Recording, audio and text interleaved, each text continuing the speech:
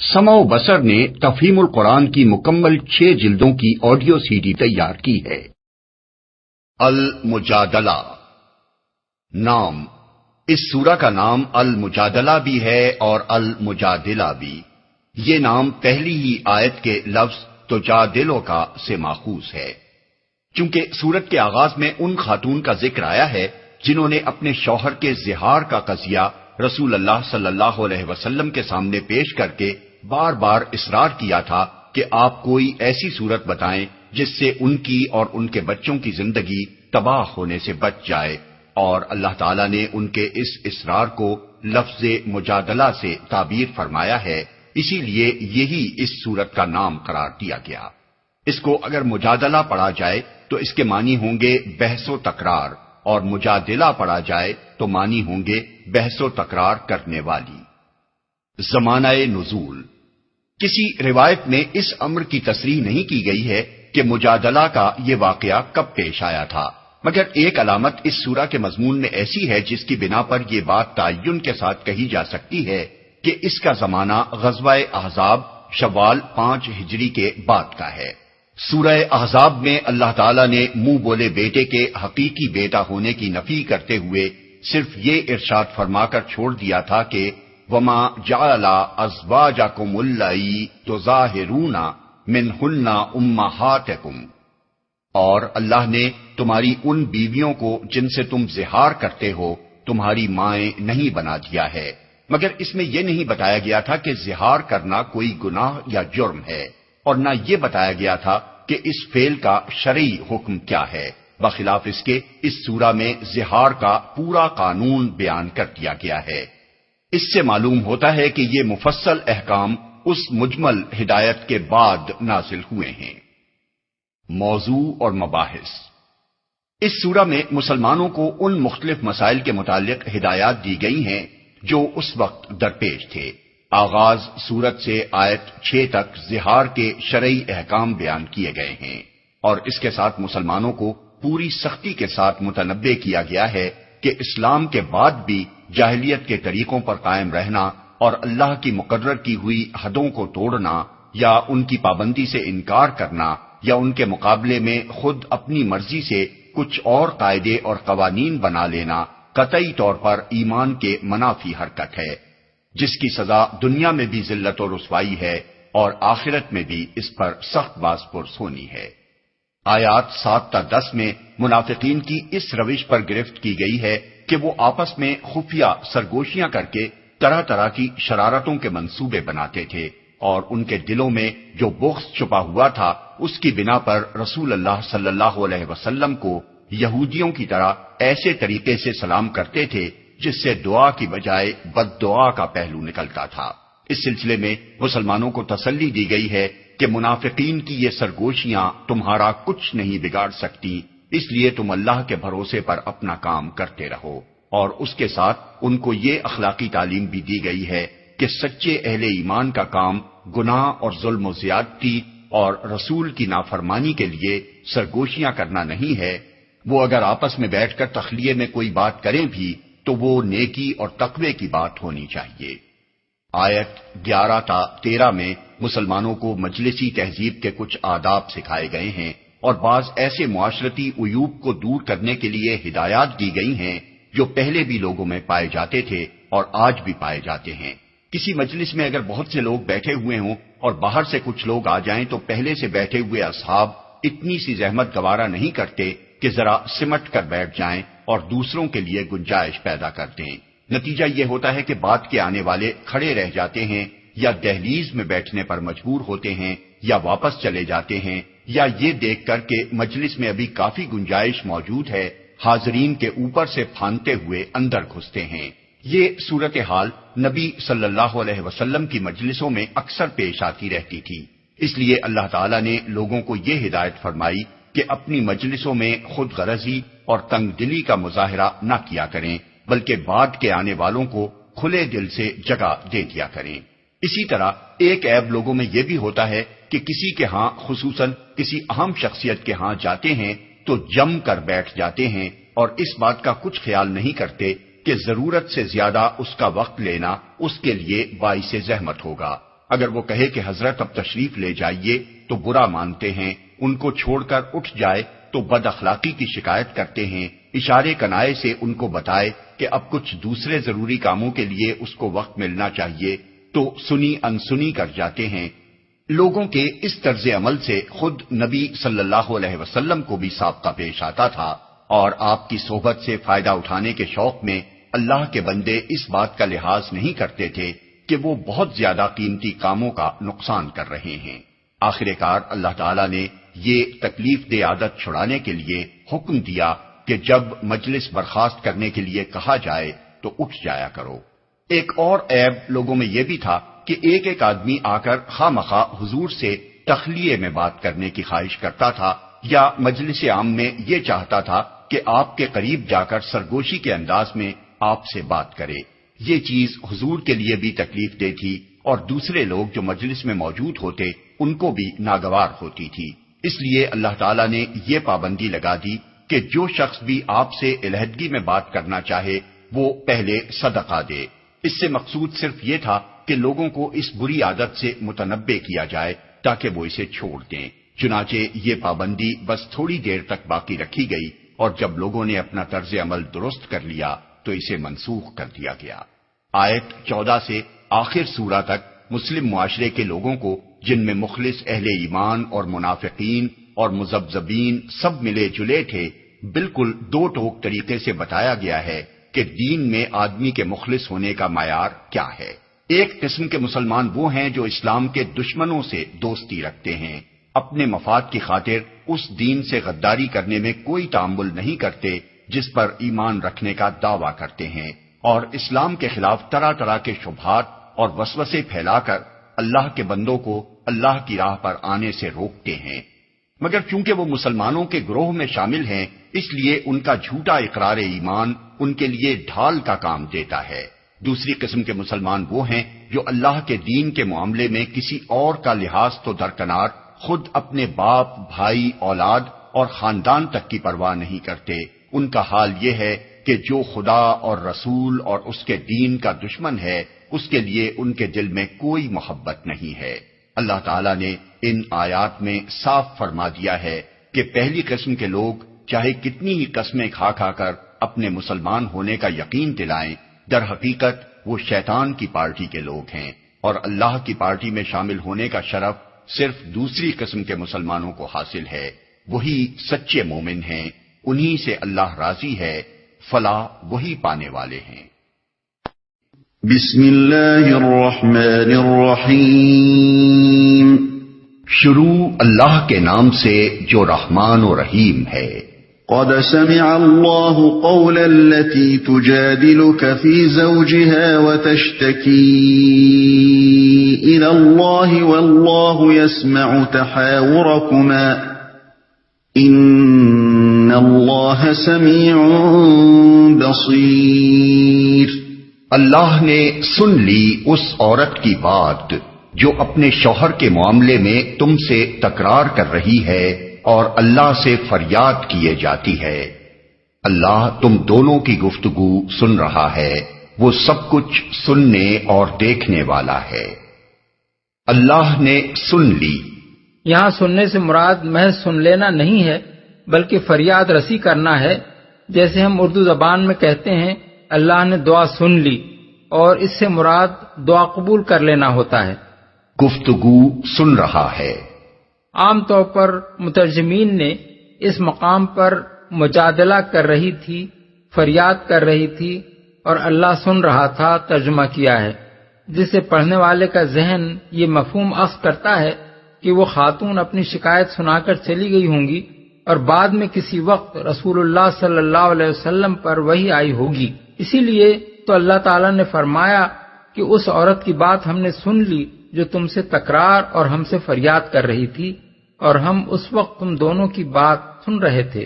لیکن اس واقعے کے متعلق جو روایات احادیث میں آئی ہیں، ان میں سے اکثر میں یہ بتایا گیا ہے کہ جس وقت وہ خاتون اپنے شوہر کے زہار کا قصہ سنا کر بار بار حضور سے عرض کر رہی تھیں کہ اگر ہم دونوں کی جدائی ہو گئی تو میں مصیبت میں پڑ جاؤں گی اور میرے بچے تباہ ہو جائیں گے، عین اسی حالت میں رسول اللہ صلی اللہ علیہ وسلم پر نزول وحی کی کیفیت طاری ہوئی اور یہ آیات نازل ہوئیں۔ اس بنا پر ہم نے اس کو ترجیح دی ہے کہ ترجمہ حال کے صیغوں میں کیا جائے۔ یہ خاتون جن کے معاملے میں یہ آیات نازل ہوئی ہیں قبیلہ خزرج کی خولہ بنت ثعلبہ تھیں اور ان کے شوہر اوس بن صامت انصاری قبیلہ اوس کے سردار حضرت عبادہ بن صامت کے بھائی تھے۔ ان کے زہار کا قصہ آگے چل کر ہم تفصیل کے ساتھ بیان کریں گے۔ یہاں قابل ذکر بات یہ ہے کہ ان صحابیہ کی فریاد کا بارگاہ الہی میں مسموع ہونا اور فوراً ہی وہاں سے ان کی فریاد رسی کے لیے فرمان مبارک نازل ہو جانا ایک ایسا واقعہ تھا جس کی وجہ سے صحابہ کرام میں ان کو ایک خاص قدر و منزلت حاصل ہو گئی تھی۔ ابن ابی حاتم اور بہقی نے یہ روایت نقل کی ہے کہ ایک مرتبہ حضرت عمر کچھ اصحاب کے ساتھ کہیں جا رہے تھے۔ راستے میں ایک عورت ملی اور اس نے ان کو روکا۔ آپ فوراً رک گئے، سر جھکا کر دیر تک اس کی بات سنتے رہے اور جب تک اس نے بات ختم نہ کر لی آپ کھڑے رہے۔ ساتھیوں میں سے ایک صاحب نے عرض کیا، امیر المومنین، آپ نے قریش کے سرداروں کو اس بڑھیا کے لیے اتنی دیر روکے رکھا؟ فرمایا، جانتے بھی ہو یہ کون ہے؟ یہ خولہ بنت ثعلبہ ہے۔ یہ وہ عورت ہے جس کی شکایت 7 آسمانوں پر سنی گئی۔ خدا کی قسم، اگر یہ رات تک مجھے کھڑا رکھتی تو میں کھڑا رہتا، بس نمازوں کے اوقات پر اس سے معذرت کر دیتا۔ ابن عبد البر نے استیعاب میں قتادہ کی روایت نقل کی ہے کہ یہ خاتون راستے میں حضرت عمر کو ملیں تو آپ نے ان کو سلام کیا۔ یہ سلام کا جواب دینے کے بعد کہنے لگیں، اوہو اے عمر، ایک وقت تھا جب میں نے تم کو بازار عکاظ میں دیکھا تھا، اس وقت تم عمیر کہلاتے تھے، لاٹھی ہاتھ میں لیے بکریاں چراتے پھرتے تھے۔ پھر کچھ زیادہ مدت نہ گزری تھی کہ تم عمر کہلانے لگے۔ پھر ایک وقت آیا کہ تم امیر المومنین کہے جانے لگے۔ ذرا ریت کے معاملے میں اللہ سے ڈرتے رہو اور یاد رکھو کہ جو اللہ کی وعید سے ڈرتا ہے اس کے لیے دور کا آدمی بھی قریبی رشتہ دار کی طرح ہوتا ہے، اور جو موت سے ڈرتا ہے اس کے حق میں اندیشہ ہے کہ وہ اسی چیز کو کھو دے گا جسے بچانا چاہتا ہے۔ اس پر جارود عبدی جو حضرت عمر کے ساتھ تھے بولے، اے عورت، تو نے امیر المومنین کے ساتھ بہت زبان درازی کی۔ حضرت عمر نے فرمایا، انہیں کہنے دو، جانتے بھی ہو یہ کون ہیں؟ ان کی بات تو 7 آسمانوں کے اوپر سنی گئی تھی، عمر کو تو بدرجہ اولا سننی چاہیے۔ امام بخاری نے بھی اپنی تاریخ میں اختصار کے ساتھ اس سے ملتا جلتا قصہ نقل کیا ہے۔ الذين يظاهرون منكم من نسائهم ما هن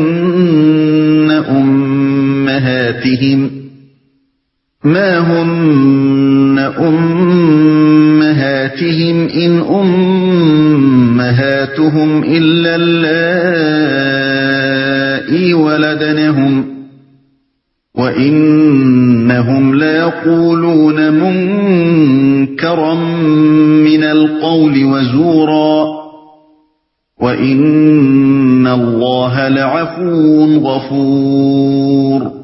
تم میں سے جو لوگ اپنی بیویوں سے زہار کرتے ہیں ان کی بیویاں ان کی مائیں نہیں ہیں، ان کی مائیں تو وہی ہیں جنہوں نے ان کو جنا ہے۔ یہ لوگ ایک سخت ناپسندیدہ اور جھوٹی بات کہتے ہیں، اور حقیقت یہ ہے کہ اللہ بڑا معاف کرنے والا اور درگزر فرمانے والا ہے۔ زہار کرتے ہیں۔ عرب میں بسا اوقات یہ صورت پیش آتی تھی کہ شوہر اور بیوی میں لڑائی ہوتی تو شوہر غصے میں آ کر کہتا، انت علیہ کا زہر امی۔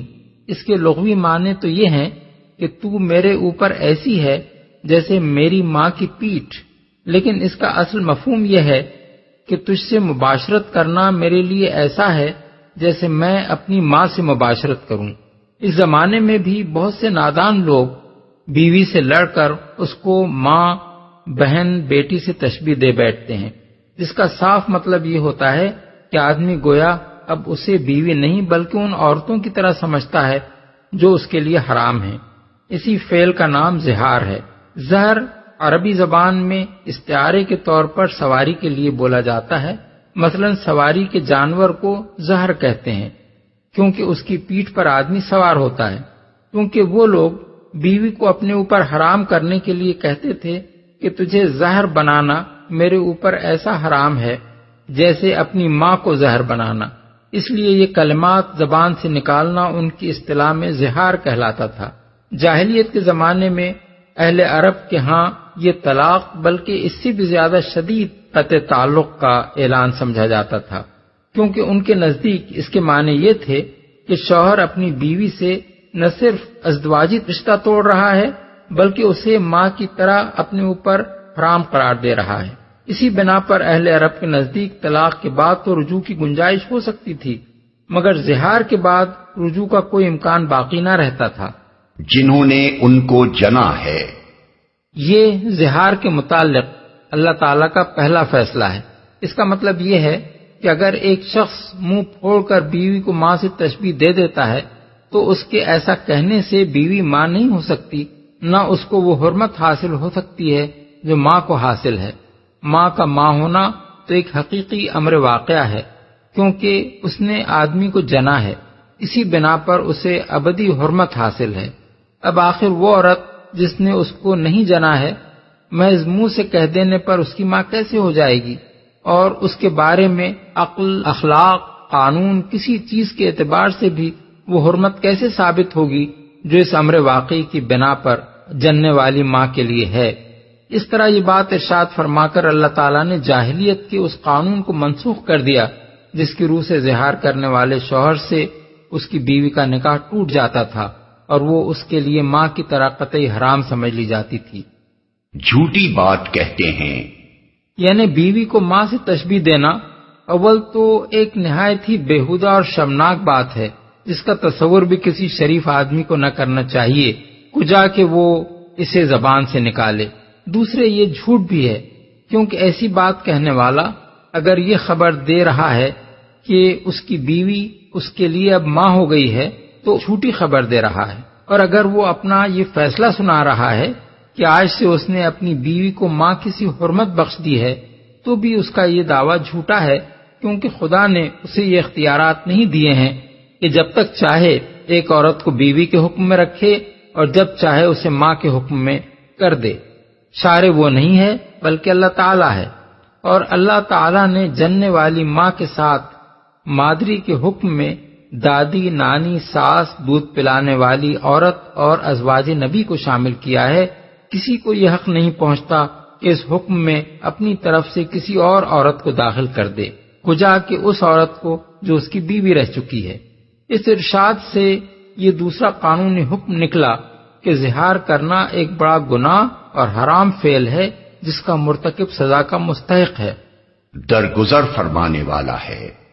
یعنی یہ حرکت تو ایسی ہے کہ اس پر آدمی کو بہت ہی سخت سزا ملنی چاہیے، لیکن یہ اللہ تعالیٰ کی مہربانی ہے کہ اس نے اول تو زہار کے معاملے میں جاہلیت کے قانون کو منسوخ کر کے تمہاری خانگی زندگی کو تباہی سے بچا لیا، دوسرے اس فعل کا ارتکاب کرنے والوں کے لیے وہ سزا تجویز کی جو اس جرم کی ہلکی سے ہلکی سزا ہو سکتی تھی، اور سب سے بڑی مہربانی یہ ہے کہ سزا کسی ضرب یا قید کی شکل میں نہیں بلکہ چند ایسی عبادات اور نیکیوں کی شکل میں تجویز کی جو تمہارے نفس کی اصلاح کرنے والی اور تمہارے معاشرے میں بھلائی پھیلانے والی ہیں.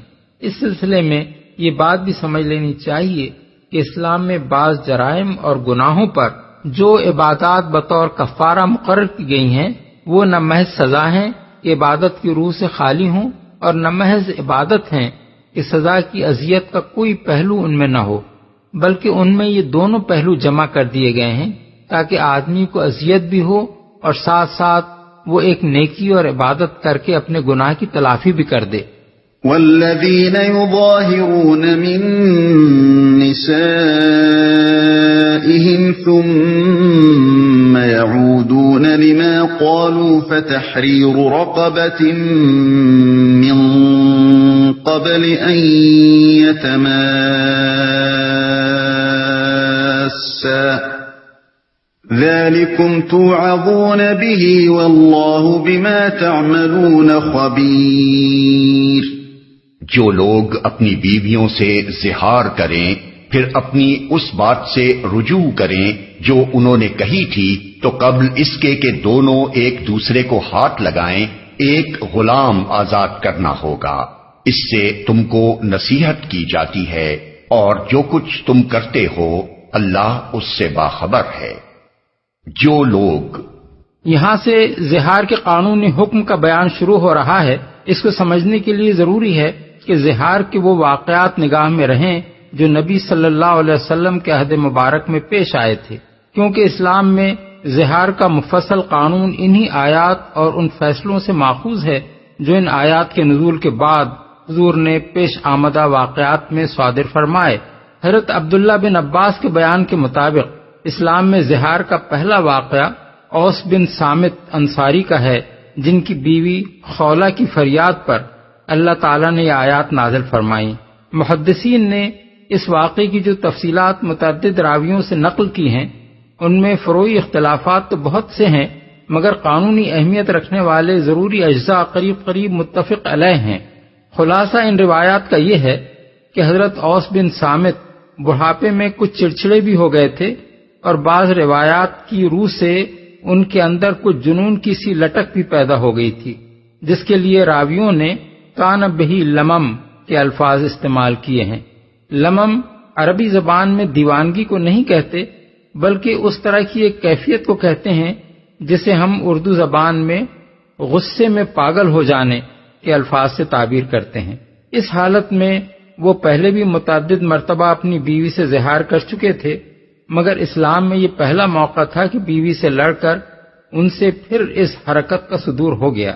اس پر ان کی اہلیہ رسول اللہ صلی اللہ علیہ وسلم کی خدمت میں حاضر ہوئی اور سارا قصہ آپ سے بیان کر کے عرض کیا، یا رسول اللہ، کیا میری اور میرے بچوں کی زندگی کو تباہی سے بچانے کے لیے رخصت کا کوئی پہلو نکل سکتا ہے؟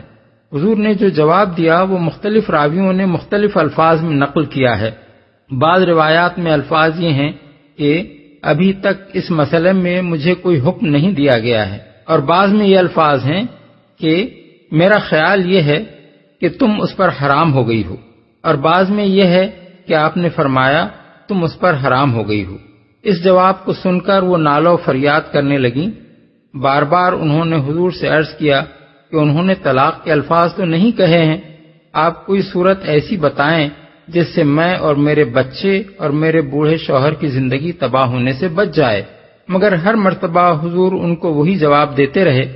اتنے میں آپ پر نزول وحی کی کیفیت طاری ہوئی اور یہ آیات نازل ہوئیں۔ اس کے بعد آپ نے ان سے کہا اور بعض روایات کی روح سے ان کے شوہر کو بلا کر ان سے فرمایا کہ غلام آزاد کرنا ہوگا۔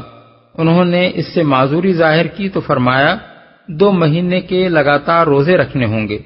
انہوں نے عرض کیا کہ اوس کا حال تو یہ ہے کہ دن میں 3 مرتبہ کھائیں پیئیں نہیں تو ان کی بینائی جواب دینے لگتی ہے۔ آپ نے فرمایا پھر 60 مسکینوں کو کھانا دینا پڑے گا۔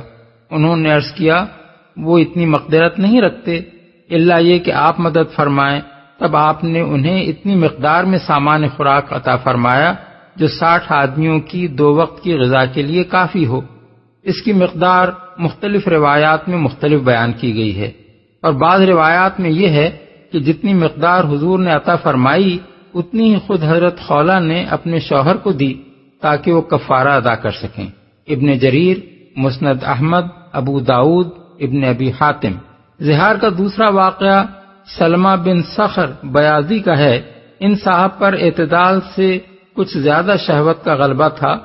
رمضان آیا تو انہوں نے اس اندیشے سے کہ کہیں روزے کی حالت میں دن کے وقت بے صبری نہ کر بیٹھیں، رمضان کے اختتام تک کے لیے بیوی سے زہار کر لیا، مگر اپنی اس بات پر قائم نہ رہ سکے اور ایک رات بیوی کے پاس چلے گئے۔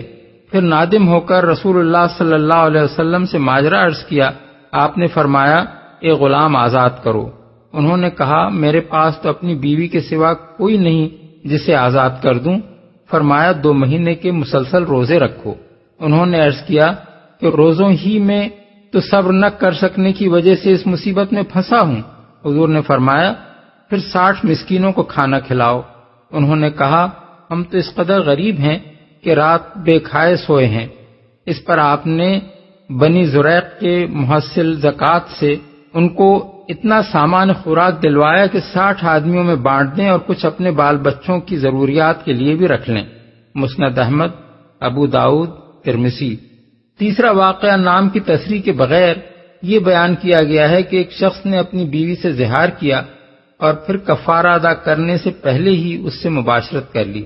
بعد میں حضور سے مسئلہ پوچھا تو آپ نے حکم دیا کہ اس سے الگ رہو جب تک کفارہ ادا نہ کر دو۔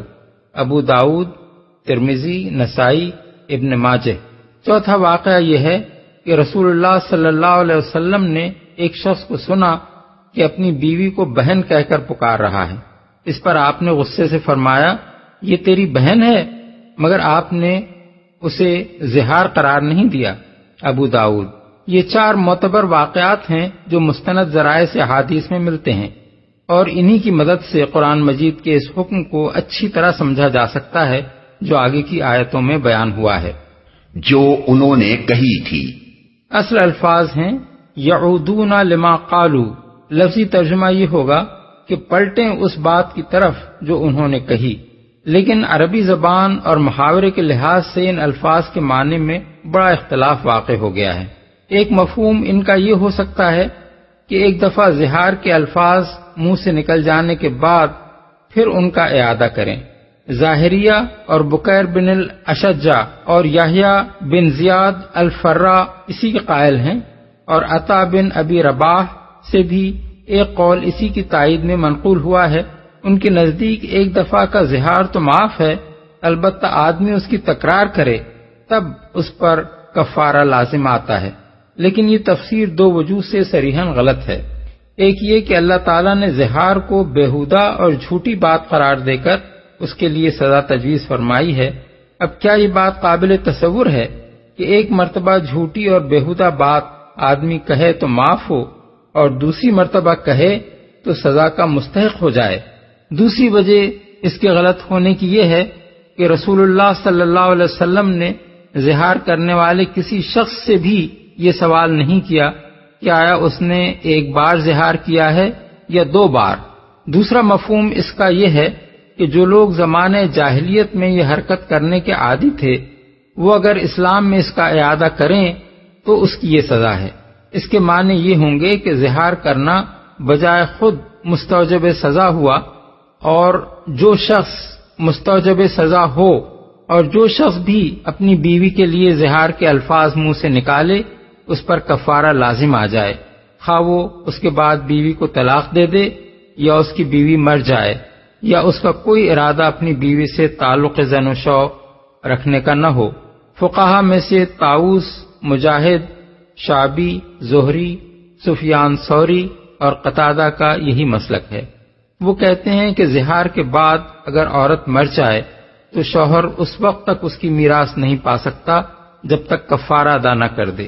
تیسرا مفہوم یہ ہے کہ زہار کے الفاظ زبان سے نکالنے کے بعد آدمی پلٹ کر اس بات کا تدارک کرنا چاہے جو اس نے کہی ہے۔ بالفاظ دیگر عاد لما قال کے معنی ہیں کہنے والے نے اپنی بات سے رجوع کر لیا۔ چوتھا مفہوم یہ ہے کہ جس چیز کو آدمی نے زہار کر کے اپنے لیے حرام کیا تھا اسے پلٹ کر پھر اپنے لیے حلال کرنا چاہے۔ بالفاظ دیگر عاد لما قال کے معنی یہ ہیں کہ جو شخص تحریم کا قال ہو گیا تھا اب وہ تحلیل کی طرف پلٹ آیا۔ اکثر و بیشتر فقہا نے انہی 2 مفہوموں میں سے کسی ایک کو ترجیح دی ہے۔ نصیحت کی جاتی ہے۔ بالفاظ دیگر یہ حکم تمہاری تعدیب کے لیے دیا جا رہا ہے تاکہ مسلم معاشرے کے لوگ جاہلیت کی اس بری عادت کو چھوڑ دیں اور تم میں سے کوئی شخص اس بیہودہ حرکت کا ارتکاب نہ کرے۔ بیوی سے لڑنا ہے تو بھلے آدمیوں کی طرح لڑو، طلاق ہی دینا ہو تو سیدھی طرح طلاق دے دو۔ یہ آخر کیا شرافت ہے کہ آدمی جب بیوی سے لڑے تو اسے ماں بہن بنا کر ہی چھوڑے۔ اللہ اس سے باخبر ہے۔ یعنی اگر آدمی گھر میں چپکے سے بیوی کے ساتھ زہار کر بیٹھے اور پھر کفارہ ادا کیے بغیر میاں اور بیوی کے درمیان حسب سابق زوجیت کے تعلقات چلتے رہیں تو چاہے دنیا میں کسی کو بھی اس کی خبر نہ ہو، اللہ کو تو بہرحال اس کی خبر ہوگی۔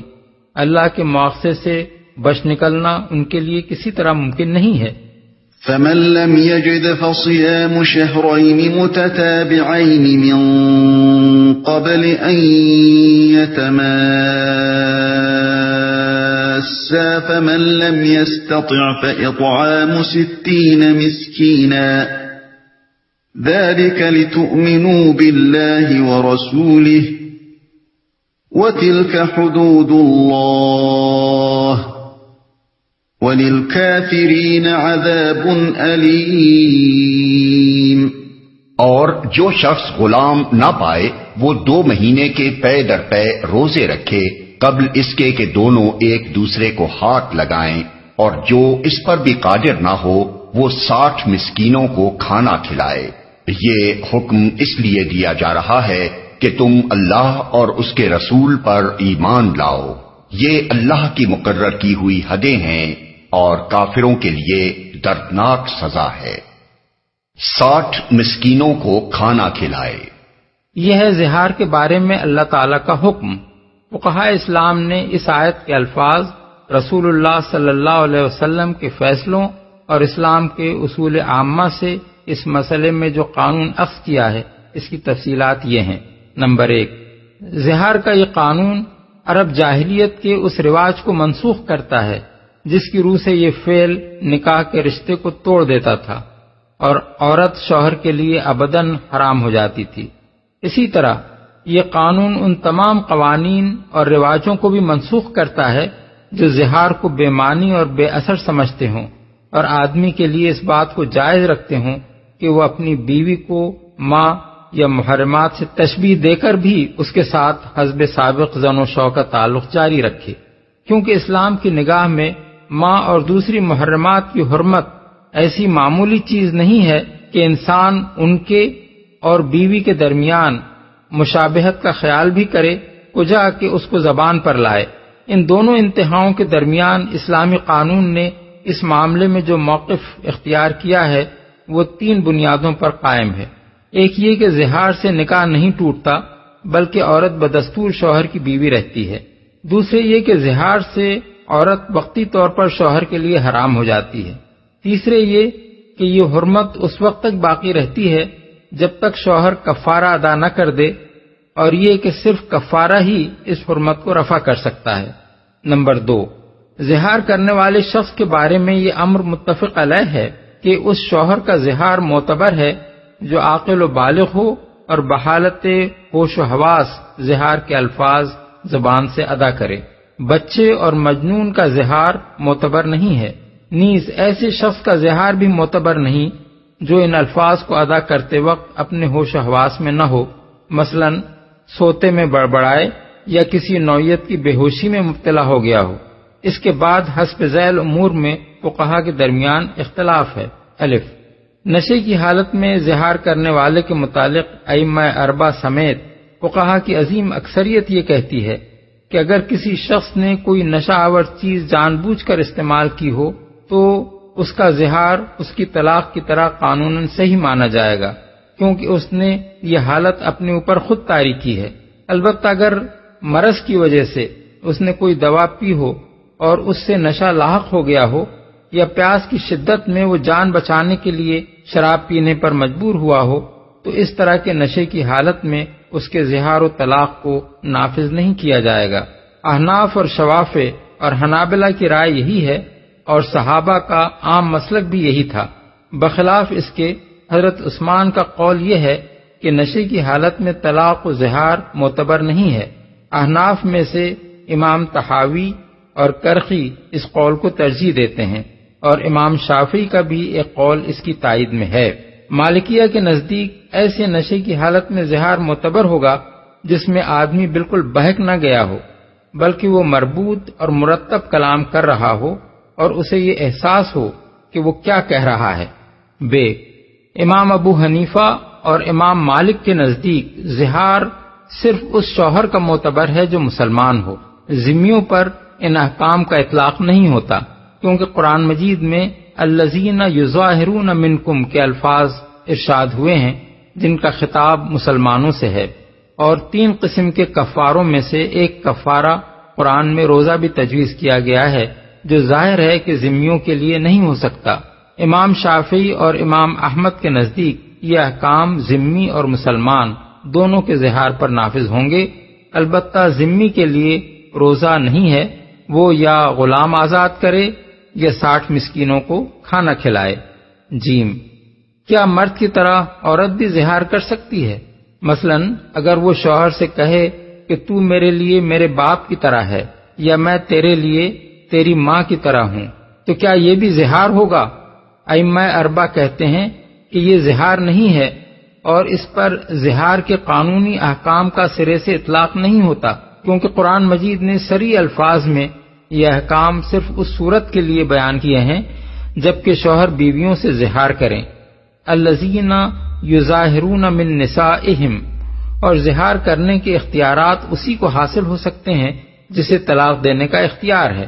عورت کو شریعت نے جس طرح یہ اختیار نہیں دیا کہ شوہر کو طلاق دے دے، اسی طرح اسے یہ اختیار بھی نہیں دیا کہ اپنے آپ کو شوہر کے لیے حرام کر لے۔ یہی رائے سفیان ثوری، اسحاق بن راہویہ، ابو ثور اور لیث بن سعد کی ہے کہ عورت کا ایسا قول بالکل بے معنی اور بے اثر ہے۔ امام ابو یوسف کہتے ہیں کہ یہ زہار تو نہیں ہے، مگر اس سے عورت پر قسم کا کفارہ لازم آئے گا، کیونکہ عورت کا ایسے الفاظ کہنا یہ معنی رکھتا ہے کہ اس نے اپنے شوہر سے تعلق نہ رکھنے کی قسم کھائی ہے۔ امام احمد بن حنبل کا مسلک بھی ابن قدامہ نے یہی نقل کیا ہے۔ امام اوزاعی کہتے ہیں کہ اگر شادی سے پہلے عورت نے یہ بات کہی ہو کہ میں اس شخص سے شادی کروں تو وہ میرے لیے ایسا ہے جیسے میرا باپ، تو یہ زہار ہوگا، اور اگر شادی کے بعد کہے تو یہ قسم کے معنی میں ہوگا، جس سے کفارہ یمین لازم آئے گا۔ بخلاف اس کے حسن بصری، زہری، ابراہیم نخعی اور حسن بن زیاد لؤلؤی کہتے ہیں کہ یہ زہار ہے، اور ایسا کہنے سے عورت پر کفارہ زہار لازم آئے گا، البتہ عورت کو یہ حق نہ ہوگا کہ کفارہ دینے سے پہلے شوہر کو اپنے پاس آنے سے روک دے۔ ابراہیم نخعی اس کی تائید میں یہ واقعہ بیان کرتے ہیں کہ حضرت طلحہ کی صاحبزادی عائشہ سے حضرت زبیر کے صاحبزادے مصعب نے نکاح کا پیغام دیا۔ انہوں نے اسے رد کرتے ہوئے یہ الفاظ کہہ دیے کہ اگر میں ان سے نکاح کروں تو هو علیہ ظہر ابی، یعنی وہ میرے اوپر ایسے ہوں جیسے میرے باپ کی پیٹھ۔ کچھ مدت بعد وہ ان سے شادی کرنے پر راضی ہو گئیں۔ مدینے کے علماء سے اس کے متعلق فتویٰ لیا گیا تو بہت سے فقہا نے، جن میں متعدد صحابہ بھی شامل تھے، یہ فتویٰ دیا کہ عائشہ پر کفارہ زہار لازم ہے۔ اس واقعے کو نقل کرنے کے بعد ابراہیم نخعی اپنی یہ رائے بیان کرتے ہیں کہ اگر عائشہ یہ بات شادی کے بعد کہتی تو کفارہ لازم نہ آتا، مگر انہوں نے شادی سے پہلے یہ کہا تھا جب انہیں نکاح کرنے یا نہ کرنے کا اختیار حاصل تھا، اس لیے کفارہ ان پر واجب ہو گیا۔ 3، جو عاقل و بالغ آدمی زہار کے صریح الفاظ بحالت ہوش و حواس زبان سے ادا کرے، اس کا یہ عذر قابل قبول نہیں ہو سکتا کہ اس نے غصے میں یا مذاق میں یا پیار سے ایسا کہا، یا یہ کہ اس کی نیت زہار کی نہ تھی۔ البتہ جو الفاظ اس معاملے میں صریح نہیں ہیں اور جن میں مختلف معنوں کا احتمال ہے، ان کا حکم الفاظ کی نوعیت پر منحصر ہے۔ آگے چل کر ہم بتائیں گے کہ زہار کے صریح الفاظ کون سے ہیں اور غیر صریح کون سے۔ 4، یہ امر متفق علیہ ہے کہ زہار اس عورت سے کیا جا سکتا ہے جو آدمی کے نکاح میں ہو، البتہ اس امر میں اختلاف ہے کہ کیا غیر عورت سے بھی زہار ہو سکتا ہے۔ اس معاملے میں مختلف مسالک یہ ہیں۔ حنفیہ کہتے ہیں کہ غیر عورت سے اگر آدمی یہ کہے کہ میں تجھ سے نکاح کروں تو میرے اوپر تو ایسی ہے جیسے میری ماں کی پیٹھ، تو جب بھی وہ اس سے نکاح کرے گا کفارہ ادا کیے بغیر اسے ہاتھ نہ لگا سکے گا۔ یہی حضرت عمر کا فتویٰ ہے۔ ان کے زمانے میں ایک شخص نے ایک عورت سے یہ بات کہی اور بعد میں اس سے نکاح کر لیا۔ حضرت عمر نے فرمایا اسے کفارہ زہار دینا ہوگا۔ مالکیہ اور حنابلہ بھی یہی بات کہتے ہیں اور وہ اس پر یہ اضافہ کرتے ہیں کہ اگر عورت کی تخصیص نہ کی گئی ہو بلکہ کہنے والے نے یوں کہا ہو کہ تمام عورتیں میرے اوپر ایسی ہیں، تو جس سے بھی وہ نکاح کرے گا اسے ہاتھ لگانے سے پہلے کفارہ دینا ہوگا۔ یہی رائے سعید بن المسیب، عروہ بن زبیر، عطا بن ابی رباح، حسن بصری اور اسحاق بن راہویہ کی ہے۔ شافعیہ کہتے ہیں کہ نکاح سے پہلے زہار بالکل بے معنی ہے۔ ابن عباس اور قتادہ کی بھی یہی رائے ہے۔ نمبر 5، کیا زہار ایک خاص وقت تک کے لیے ہو سکتا ہے؟ حنفی اور شافعی کہتے ہیں کہ اگر آدمی نے کسی خاص وقت کی تعیین کر کے زہار کیا ہو تو جب تک وہ وقت باقی ہے بیوی کو ہاتھ لگانے سے کفارہ لازم آئے گا، اور اس وقت کے گزر جانے پر زہار غیر مؤثر ہو جائے گا۔ اس کی دلیل سلمہ بن صخر بیاضی کا واقعہ ہے، جس میں انہوں نے اپنی بیوی سے رمضان کے لیے زہار کیا تھا، اور نبی صلی اللہ علیہ وسلم نے ان سے یہ نہیں فرمایا تھا کہ وقت کی تعیین بے معنی ہے۔ بخلاف اس کے امام مالک اور ابن ابی لیلہ کہتے ہیں کہ زہار جب بھی کیا جائے گا ہمیشہ کے لیے ہوگا اور وقت کی تخصیص غیر مؤثر ہوگی، کیونکہ جو حرمت واقع ہو چکی ہے وہ وقت گزر جانے پر آپ سے آپ ختم نہیں ہو سکتی۔ 6، مشروط زہار کیا گیا ہو تو جس وقت بھی شرط کی خلاف ورزی ہوگی کفارہ لازم آ جائے گا۔ مثلا آدمی بیوی سے یہ کہتا ہے کہ اگر میں گھر میں آؤں تو میرے اوپر تو ایسی ہے جیسے میری ماں کی پیٹھ۔ اس صورت میں وہ جب بھی گھر میں داخل ہوگا کفارہ ادا کیے بغیر بیوی کو ہاتھ نہ لگا سکے گا۔ 7، ایک بیوی سے کئی مرتبہ زہار کے الفاظ کہے گئے ہوں تو حنفی اور شافعی کہتے ہیں کہ خواہ ایک ہی نشست میں ایسا کیا گیا ہو یا متعدد نشستوں میں، بہرحال جتنی مرتبہ یہ الفاظ کہے گئے ہوں اتنے ہی کفارے لازم آئیں گے، الا یہ کہ کہنے والے نے ایک دفعہ کہنے کے بعد اس قول کی تکرار محض اپنے پہلے قول کی تاکید کے لیے کی ہو۔ بخلاف اس کے امام مالک اور امام احمد بن حنبل کہتے ہیں کہ خواہ کتنی ہی مرتبہ اس قول کی تکرار کی گئی ہو، قطع نظر اس سے کہ اعادے کی نیت ہو یا تاکید کی، کفارہ ایک ہی لازم ہوگا۔ یہی قول شعبی، طاؤس، عطا بن ابی رباح، حسن بصری اور اوزاعی رحمہم اللہ کا ہے۔ حضرت علی کا فتویٰ یہ ہے کہ اگر تکرار ایک نشست میں کی گئی ہو تو ایک ہی کفارہ ہوگا، اور مختلف نشستوں میں ہو تو جتنی نشستوں میں کی گئی ہو اتنے ہی کفارے دینے ہوں گے۔ قتادہ اور عمرو بن دینار کی رائے بھی یہی ہے۔ 8، 2 یا زائد بیویوں سے بیک وقت اور بیک لفظ زہار کیا جائے۔ مثلا ان کو مخاطب کر کے شوہر کہے کہ تم میرے اوپر ایسی ہو جیسے میری ماں کی پیٹھ، تو حنفیہ اور شافعیہ کہتے ہیں کہ ہر ایک کو حلال کرنے کے لیے الگ الگ کفارے دینے ہوں گے۔ یہی رائے حضرت عمر، حضرت علی، عروہ بن زبیر، طاؤس، عطا، حسن بصری، ابراہیم نخعی، سفیان ثوری اور ابن شہاب زہری کی ہے۔ امام مالک اور امام احمد کہتے ہیں کہ اس صورت میں سب کے لیے ایک ہی کفارہ لازم ہوگا۔ ربیعہ، اوزاعی، اسحاق بن راہویہ اور ابو ثور کی بھی یہی رائے ہے۔ 9، ایک زہار کا کفارہ دینے کے بعد اگر آدمی پھر زہار کر بیٹھے تو یہ امر متفق علیہ ہے کہ پھر کفارہ دیے بغیر بیوی اس کے لیے حلال نہ ہوگی۔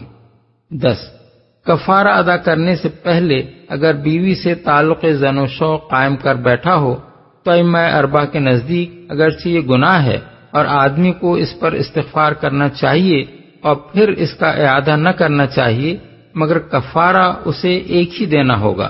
رسول اللہ صلی اللہ علیہ وسلم کے زمانے میں جن لوگوں نے ایسا کیا تھا ان سے آپ نے یہ تو فرمایا تھا کہ استغفار کرو اور اس وقت تک بیوی سے الگ رہو جب تک کفارہ ادا نہ کر دو، مگر یہ حکم آپ نے نہیں دیا تھا کہ کفارہ زہار کے علاوہ اس پر انہیں کوئی اور کفارہ بھی دینا ہوگا۔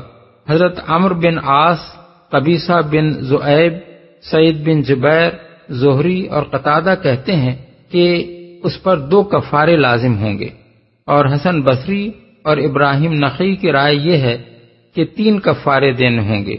غالباً ان حضرات کو وہ احادیث نہ پہنچی ہوں گی جن میں اس مسئلے پر حضور کا فیصلہ بیان ہوا ہے۔ 11 بیوی کو کس سے تشبیہ دینا زہار ہے؟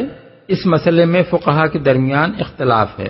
عامر شعبی کہتے ہیں صرف ماں سے تشبیہ زہار ہے، اور ظاہریہ کہتے ہیں کہ ماں کی بھی صرف پیٹھ سے تشبیہ زہار ہے، باقی اور کسی بات پر اس حکم کا اطلاق نہیں ہوتا، مگر فقہائے امت میں سے کسی گروہ نے بھی ان سے اس معاملے میں اتفاق نہیں کیا ہے، کیونکہ قرآن نے ماں سے تشبیہ کو گناہ قرار دینے کی وجہ یہ بیان کی ہے کہ یہ نہایت بیہودہ اور جھوٹی بات ہے۔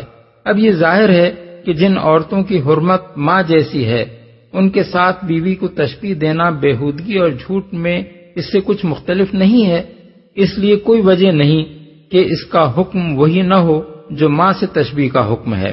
حنفیہ کہتے ہیں کہ اس حکم میں تمام وہ عورتیں داخل ہیں جو نسب یا رضاعت یا ازدواجی رشتے کی بنا پر آدمی کے لیے ابداً حرام ہیں، مگر وقتی طور پر جو عورتیں حرام ہوں اور کسی وقت حلال ہو سکتی ہوں وہ اس میں داخل نہیں ہیں، جیسے بیوی کی بہن، اس کی خالہ، اس کی پھوپھی یا غیر عورت جو آدمی کے نکاح میں نہ ہو۔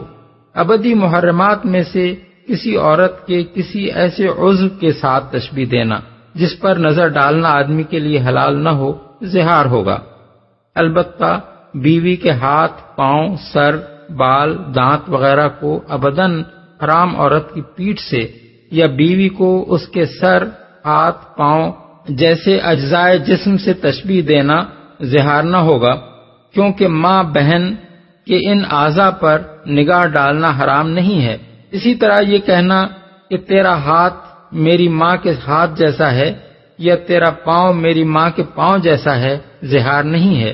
شافعیہ کہتے ہیں کہ اس حکم میں صرف وہی عورتیں داخل ہیں جو ہمیشہ حرام تھیں اور ہمیشہ حرام رہیں، یعنی ماں، بہن، بیٹی وغیرہ، مگر وہ عورتیں اس میں داخل نہیں ہیں جو کبھی حلال رہ چکی ہوں، جیسے رضاعی ماں، بہن، ساس اور بہو، یا کسی وقت حلال ہو سکتی ہوں جیسے سالی۔ ان عارضی یا وقتی حرام عورتوں کے ماں سوا ابدی حرمت رکھنے والی عورتوں میں سے کسی کے ان اعضاء کے ساتھ بیوی کو تشبیہ دینا زہار ہوگا جن کا ذکر بغرض اظہار اکرام و توقیر عادتاً نہیں کیا جاتا۔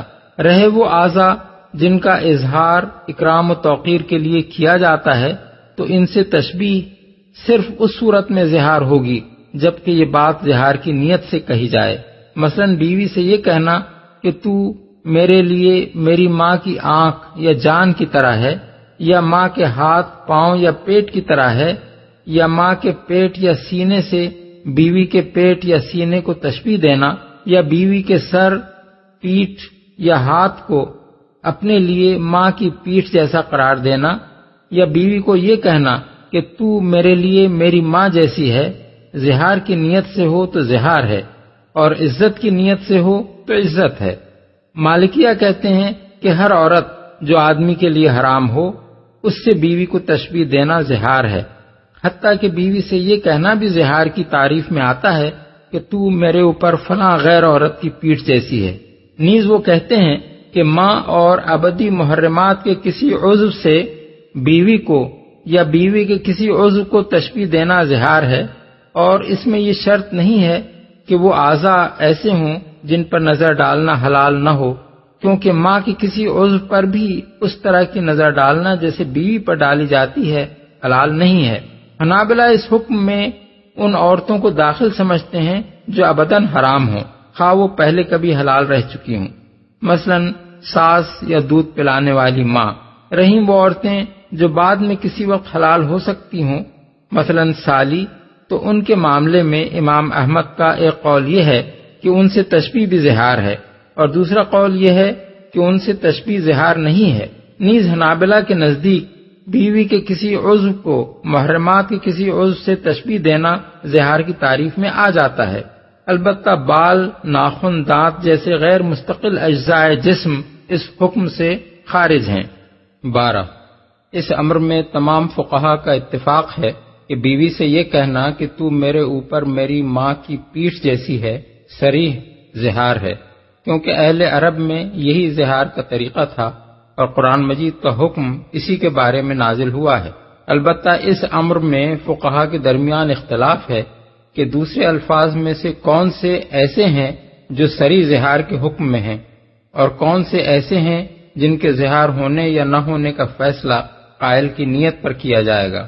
حنفیہ کے نزدیک زہار کے صریح الفاظ وہ ہیں جن میں صاف طور پر حلال عورت یعنی بیوی کو حرام عورت یعنی محرمات ابدیہ میں سے کسی عورت سے تشبیہ دی گئی ہو، یا تشبیہ ایسے عضو سے دی گئی ہو جس پر نظر ڈالنا حلال نہیں ہے، جیسے یہ کہنا کہ تو میرے اوپر ماں یا فلاں حرام عورت کے پیٹ یا ران جیسی ہے۔ ان کے سوا دوسرے الفاظ میں اختلاف کی گنجائش ہے۔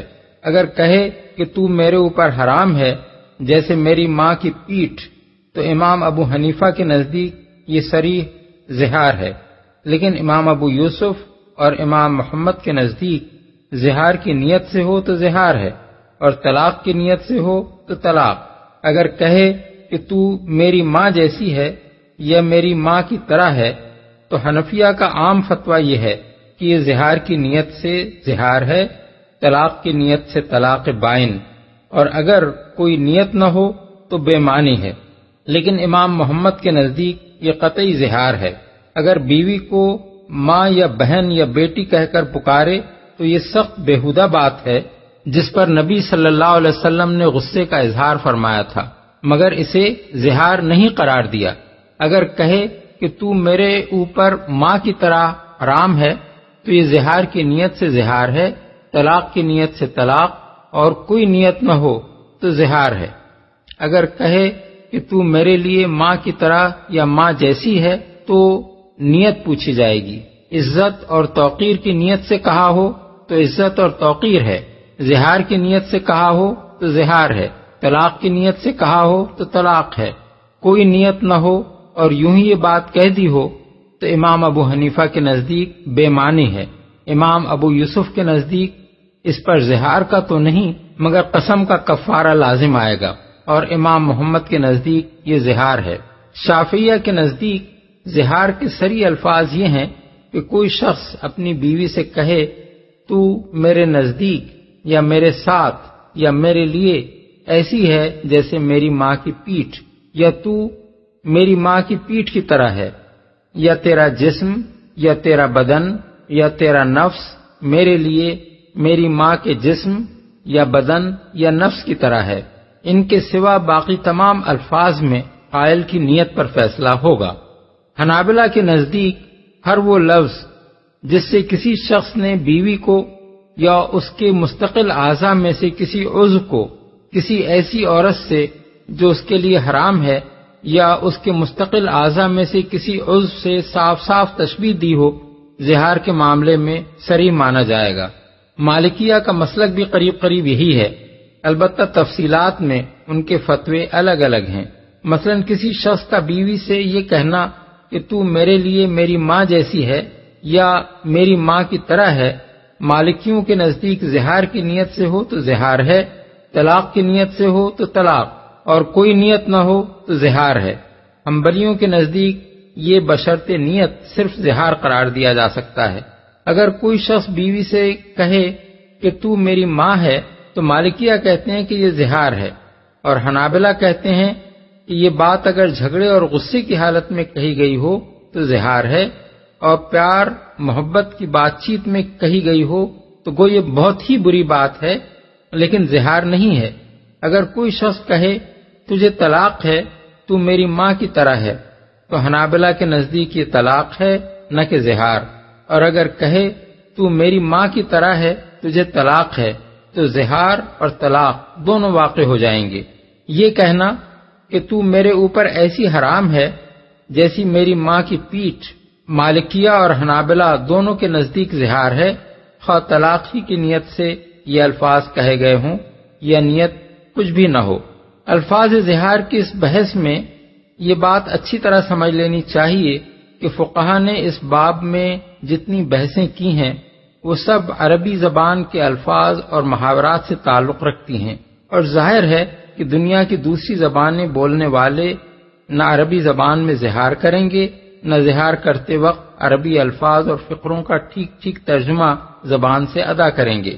اس لیے کسی لفظ یا فقرے کے متعلق اگر یہ فیصلہ کرنا ہو کہ وہ زہار کی تعریف میں آتا ہے یا نہیں، تو اسے اس لحاظ سے نہیں جانچنا چاہیے کہ وہ فقہا کے بیان کردہ الفاظ میں سے کس کا صحیح ترجمہ ہے، بلکہ صرف یہ دیکھنا چاہیے کہ آیا قائل نے بیوی کو جنسی یعنی سیکسول تعلق کے لحاظ سے محرمات میں سے کسی کے ساتھ صاف صاف تشبیہ دی ہے یا اس کے الفاظ میں دوسرے مفہومات کا بھی احتمال ہے۔ اس کی نمایاں ترین مثال خود وہ فقرہ ہے جس کے متعلق تمام فقہا اور مفسرین کا اتفاق ہے کہ عرب میں زہار کے لیے وہی بولا جاتا تھا، اور قرآن مجید کا حکم اسی کے بارے میں نازل ہوا ہے، یعنی انت علیہ کا زہر امی، یعنی تو میرے اوپر میری ماں کی پیٹھ جیسی ہے۔ غالباً دنیا کی کسی زبان میں، اور کم از کم اردو کی حد تک تو ہم یقین کے ساتھ کہہ سکتے ہیں کہ اس زبان میں کوئی زہار کرنے والا ایسے الفاظ استعمال نہیں کر سکتا جو اس عربی فقرے کا لفظی ترجمہ ہوں۔ البتہ وہ اپنی زبان کے ایسے الفاظ ضرور استعمال کر سکتا ہے جن کا مفہوم ٹھیک وہی ہو جسے ادا کرنے کے لیے ایک عرب یہ فقرہ بولا کرتا تھا۔ اس کا مفہوم یہ تھا کہ تجھ سے مباشرت میرے لیے ایسی ہے جیسے اپنی ماں سے مباشرت، یا جیسے بعض جہلا بیوی سے کہہ بیٹھتے ہیں کہ تیرے پاس آؤں تو اپنی ماں کے پاس جاؤں۔ 13 قرآن مجید میں جس چیز کو کفارہ لازم آنے کا سبب قرار دیا گیا ہے وہ محض زہار نہیں ہے بلکہ زہار کے بعد عود ہے، یعنی اگر آدمی صرف زہار کر کے رہ جائے اور عود نہ کرے تو اس پر کفارہ لازم نہیں آتا۔ اب سوال یہ ہے کہ وہ عود کیا ہے جو کفارے کا موجب ہے؟ اس بارے میں فقہا کے مسالک یہ ہیں۔ حنفیہ کہتے ہیں کہ عود سے مراد مباشرت کا ارادہ ہے، لیکن اس کا مطلب یہ نہیں ہے کہ محض ارادے اور خواہش پر کفارہ لازم آ جائے، حتیٰ کہ اگر آدمی ارادہ کر کے رہ جائے اور عملی اقدام نہ کرے تب بھی اسے کفارہ دینا پڑے، بلکہ اس کا صحیح مطلب یہ ہے کہ جو شخص اس حرمت کو رفع کرنا چاہے جو اس نے زہار کر کے بیوی کے ساتھ تعلق زن و شو کے معاملے میں اپنے اوپر عائد کر لی تھی، وہ پہلے کفارہ دے، کیونکہ یہ حرمت کفارے کے بغیر رفع نہیں ہو سکتی۔ امام مالک کے اس معاملے میں 3 قول ہیں، مگر مالکیہ کے ہاں ان کا مشہور ترین اور صحیح ترین قول اس مسلک کے مطابق ہے جو اوپر حنفیہ کا بیان ہوا ہے۔ وہ کہتے ہیں کہ زہار سے جس چیز کو اس نے اپنے اوپر حرام کر لیا تھا وہ بیوی کے ساتھ مباشرت کا تعلق تھا، اس کے بعد عود یہ ہے کہ وہ اس کے ساتھ یہی تعلق رکھنے کے لیے پلٹے۔ امام احمد بن حنبل کا مسلک بھی ابن قدامہ نے قریب قریب وہی نقل کیا ہے جو اوپر دونوں اماموں کا بیان کیا گیا ہے۔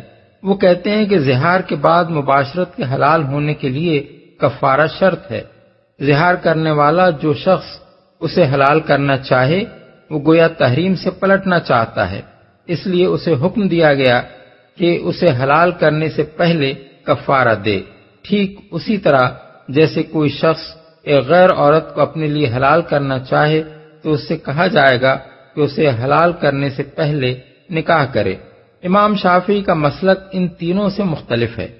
وہ کہتے ہیں کہ آدمی کا اپنی بیوی سے زہار کرنے کے بعد اسے حسب سابق بیوی بنائے رکھنا یا بالفاظ دیگر اسے بیوی کی حیثیت سے روکے رکھنا عود ہے، کیونکہ جس وقت اس نے زہار کیا اسی وقت گویا اس نے اپنے لیے یہ بات حرام کر لی کہ اسے بیوی بنا کر رکھے۔ لہذا اگر اس نے زہار کرتے ہی فوراً اسے طلاق نہ دی اور اتنی دیر تک اسے روکے رکھا جس میں وہ طلاق کے الفاظ زبان سے نکال سکتا تھا تو اس نے عود کر لیا اور اس پر کفارہ واجب ہو گیا۔ اس کے معنی یہ ہیں کہ ایک سانس میں زہار کرنے کے بعد اگر آدمی دوسرے ہی سانس میں طلاق نہ دے دے تو کفارہ لازم آ جائے گا، خواہ بعد میں اس کا فیصلہ یہی ہو کہ اس عورت کو بیوی بنا کر نہیں رکھنا ہے اور اس کا کوئی ارادہ اس کے ساتھ تعلق زن و شوق رکھنے کا نہ ہو، حتیٰ کہ چند منٹ غور کر کے وہ بیوی کو طلاق بھی دے ڈالے تو امام شافعی کے مسلک کی روح سے کفارہ اس کے ذمہ لازم رہے گا۔ 14 قرآن کا حکم ہے کہ زہار کرنے والا کفارہ دے قبل اس کے کہ زوجین ایک دوسرے کو مس کریں۔ ائمہ اربعہ کا اس بات پر اتفاق ہے کہ اس آیت میں مس سے مراد چھونا ہے، اس لیے کفارے سے پہلے صرف مباشرت ہی حرام نہیں ہے بلکہ شوہر کسی طرح بھی بیوی کو چھو نہیں سکتا۔ شافعیہ شہوت کے ساتھ چھونے کو حرام کہتے ہیں، حنابلہ ہر طرح کے تلذذ کو حرام قرار دیتے ہیں، اور مالکیہ لذت کے لیے بیوی کے جسم پر بھی نظر ڈالنے کو ناجائز ٹھہراتے ہیں، اور ان کے نزدیک صرف چہرے اور ہاتھوں پر نظر ڈالنا اس سے مستثنا ہے۔ 15 زہار کے بعد اگر آدمی بیوی کو طلاق دے دے تو رجعی طلاق ہونے کی صورت میں رجوع کر کے بھی وہ کفارہ دیے بغیر اس کو ہاتھ نہیں لگا سکتا۔ بائن ہونے کی صورت میں اگر اس سے دوبارہ نکاح کرے تب بھی اسے ہاتھ لگانے سے پہلے کفارہ دینا ہوگا، حتیٰ کہ اگر 3 طلاق دے چکا ہو اور عورت دوسرے آدمی سے نکاح کرنے کے بعد بیوہ یا مطلقہ ہو چکی ہو اور اس کے بعد زہار کرنے والا شوہر اس سے ازسر نو نکاح کر لے، پھر بھی کفارے کے بغیر وہ اس کے لیے حلال نہ ہوگی، کیونکہ وہ اسے ماں یا محرمات سے تشبیہ دے کر اپنے اوپر ایک دفعہ حرام کر چکا ہے، اور یہ حرمت کفارے کے بغیر رفع نہیں ہو سکتی۔ اس پر ائمہ اربعہ کا اتفاق ہے۔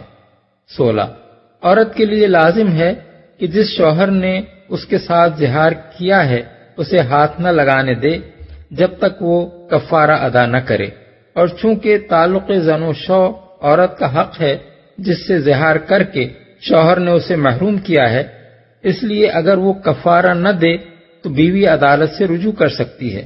عدالت اس کے شوہر کو مجبور کرے گی کہ وہ کفارہ دے کر حرمت کی وہ دیوار ہٹائے جو اس نے اپنے اور اس کے درمیان حائل کر لی ہے، اور اگر وہ نہ مانے تو عدالت اسے ضرب یا قید یا دونوں طرح کی سزائیں دے سکتی ہے۔ یہ بات بھی چاروں مذاہب فقہ میں متفق علیہ ہے، البتہ فرق یہ ہے کہ مذہب حنفی میں عورت کے لیے صرف یہی ایک چارہ کار ہے، ورنہ زہار پر خواہ کتنی ہی مدت گزر جائے، عورت کو اگر عدالت اس مشکل سے نہ نکالے تو وہ تمام عمر معلق رہے گی، کیونکہ زہار سے نکاح ختم نہیں ہوتا، صرف شوہر کا حق تمتع سلب ہوتا ہے۔ مالکی مذہب میں اگر شوہر عورت کو ستانے کے لیے زہار کر کے معلق چھوڑ دے تو اس پر ایلا کے احکام جاری ہوں گے، یعنی وہ 4 مہینے سے زیادہ عورت کو روک کر نہیں رکھ سکتا۔ احکام ایلا کے لیے ملاحظہ ہو تفہیم القرآن جلد اول البقرہ۔ شافعیہ کے نزدیک اگرچہ زہار میں احکام ایلا تو صرف اس وقت جاری ہو سکتے ہیں جبکہ شوہر نے ایک مدت خاص کے لیے زہار کیا ہو اور وہ مدت 4 مہینے سے زیادہ ہو، لیکن چونکہ مذہب شافعی کی روح سے شوہر پر اسی وقت کفارہ واجب ہو جاتا ہے جب وہ عورت کو بیوی بنا کر رکھے رہے، اس لیے یہ ممکن نہیں رہتا کہ وہ کسی طویل مدت تک اس کو معلق رکھے۔ 17 قرآن اور سنت میں تصریح ہے کہ زہار کا پہلا کفارہ غلام آزاد کرنا ہے۔ اس سے آدمی عاجز ہو تب 2 مہینے کے روزوں کی شکل میں کفارہ دے سکتا ہے، اور اس سے بھی عاجز ہو تب 60 مسکینوں کو کھانا کھلا سکتا ہے۔ لیکن اگر تینوں کفاروں سے کوئی شخص عاجز ہو تو چونکہ شریعت میں کفارے کی کوئی اور شکل نہیں رکھی گئی ہے، اس لیے اسے اس وقت تک انتظار کرنا ہوگا جب تک وہ ان میں سے کسی ایک پر قادر نہ ہو جائے۔ البتہ سنت سے یہ ثابت ہے کہ ایسے شخص کی مدد کی جانی چاہیے تاکہ وہ تیسرا کفارہ ادا کر سکے۔ نبی صلی اللہ علیہ وسلم نے بیت المال سے ایسے لوگوں کی مدد فرمائی ہے جو اپنی غلطی سے اس مشکل میں پھنس گئے تھے اور تینوں کفاروں سے عاجز تھے۔ 18 قرآن مجید کفارہ میں رقبہ آزاد کرنے کا حکم دیتا ہے، جس کا اطلاق لونڈی اور غلام دونوں پر ہوتا ہے اور اس میں عمر کی کوئی قید نہیں ہے۔ شیرخوار بچہ بھی اگر غلامی کی حالت میں ہو تو اسے آزاد کر دینا کفارے کے لیے کافی ہے۔ البتہ فقہا کے درمیان اس امر میں اختلاف ہے کہ آیا مومن اور کافر دونوں قسم کے غلام آزاد کیے جا سکتے ہیں یا صرف مومن غلام ہی آزاد کرنا ہوگا؟ حنفیہ اور ظاہریہ کہتے ہیں کہ غلام خواہ مومن ہو یا کافر، اس کا آزاد کر دینا کفارہ ظہار کے لیے کافی ہے، کیونکہ قرآن میں مطلق رقبہ کا ذکر ہے، یہ نہیں کہا گیا ہے کہ وہ مومن ہی ہونا چاہیے۔ بخلاف اس کے شافعیہ، مالکیہ اور حنابلہ اس کے لیے مومن کی شرط لگاتے ہیں، اور انہوں نے اس حکم کو ان دوسرے کفاروں پر قیاس کیا ہے جن میں رقبہ کے ساتھ قرآن مجید میں مومن کی قید لگائی گئی ہے۔ 19 غلام نہ پانے کی صورت میں قرآن کا حکم ہے کہ زہار کرنے والا مسلسل 2 مہینے کے روزے رکھے قبل اس کے کہ زوجین ایک دوسرے کو ہاتھ لگائیں۔ اس فرمان الہی پر عمل کرنے کی تفصیلات مختلف فقہی مذاہب میں حسب ذیل ہیں۔ الف اس امر پہ اتفاق ہے کہ مہینوں سے مراد ہلالی مہینے ہیں۔ اگر طلوع ہلال سے روزوں کا آغاز کیا جائے تو 2 مہینے پورے کرنے ہوں گے۔ اگر بیچ میں کسی تاریخ سے شروع کیا جائے تو حنفیہ اور حنابلہ کہتے ہیں کہ 60 روزے رکھنے چاہیے، اور شافعیہ کہتے ہیں کہ پہلے اور تیسرے مہینے میں مجموعی طور پر 30 روزے رکھے، اور بیچ کا ہلالی مہینہ خواہ 29 کا ہو یا 30 کا، اس کے روزے رکھ لینے کافی ہیں۔ حنفیہ اور شافعیہ کہتے ہیں کہ روزے ایسے وقت شروع کرنے چاہیے جبکہ بیچ میں نہ رمضان آئے، نہ عیدین، نہ یوم النحر اور ایام تشریق، کیونکہ کفارے کے روزے رکھنے کے دوران میں رمضان کے روزے رکھنے اور عیدین اور یوم النحر اور ایام تشریق کے روزے چھوڑنے سے 2 مہینے کا تسلسل ٹوٹ جائے گا اور نئے سرے سے روزے رکھنے پڑیں گے۔ حنابلہ کہتے ہیں کہ بیچ میں رمضان کے روزے رکھنے اور حرام دنوں کے روزے نہ رکھنے سے تسلسل نہیں ٹوٹتا۔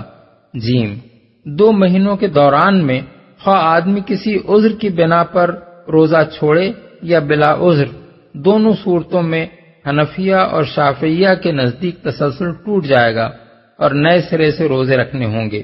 یہی رائے امام محمد باقر، ابراہیم نخعی، سعید بن جبیر اور سفیان ثوری کی ہے۔ امام مالک اور امام احمد کے نزدیک مرض یا سفر کے عذر سے بیچ میں روزہ چھوڑا جا سکتا ہے اور اس سے تسلسل نہیں ٹوٹتا، البتہ بلا عذر روزہ چھوڑ دینے سے ٹوٹ جاتا ہے۔ ان کا استدلال یہ ہے کہ کفارے کے روزے رمضان کے فرض روزوں سے زیادہ موقت نہیں ہیں۔ جب ان کو عذر کی بنا پر چھوڑا جا سکتا ہے تو کوئی وجہ نہیں کہ ان کو نہ چھوڑا جا سکے۔ یہ قول حضرت عبداللہ بن عباس، حسن بصری، عطا بن ابی رباح، سعید بن المسیب، عمر بن دینار، شعبی، طاؤس، مجاہد، اسحاق بن راہویہ، ابو عبید اور ابو ثور کا ہے۔ 2 مہینوں کے دوران میں اگر آدمی اس بیوی سے مباشرت کر بیٹھے جس سے اس نے زہار کیا ہو تو تمام ائمہ کے نزدیک اس سے تسلسل ٹوٹ جائے گا اور نئے سرے سے روزے رکھنے ہوں گے، کیونکہ ہاتھ لگانے سے پہلے 2 مہینے کے مسلسل روزے رکھنے کا حکم دیا گیا ہے۔ 20 قرآن اور سنت کی روح سے تیسرا کفارہ یعنی 60 مسکینوں کا کھانا وہ شخص دے سکتا ہے جو دوسرے کفارے یعنی 2 مہینے کے مسلسل روزوں کی قدرت نہ رکھتا ہو۔ اس حکم پر عمل درآمد کرنے کے لیے فقہا نے جو تفصیلی احکام مرتب کیے ہیں وہ حسب ذیل ہیں۔ ائمہ اربعہ کے نزدیک روزوں پر قادر نہ ہونے کے معنی یہ ہیں کہ آدمی یا تو بڑھاپے کی وجہ سے قادر نہ ہو، یا مرض کے سبب سے، یا اس سبب سے کہ وہ مسلسل 2 مہینے تک مباشرت سے پرہیز نہ کر سکتا ہو اور اسے اندیشہ ہو کہ اس دوران میں کہیں بے صبری نہ کر بیٹھے۔ ان تینوں عذرات کا صحیح ہونا ان احادیث سے ثابت ہے جو اوس بن صامت انصاری اور سلمہ بن صخر بیاضی کے معاملے میں وارد ہوئی ہیں۔ البتہ مرض کے معاملے میں فقہا کے درمیان تھوڑا سا اختلاف ہے۔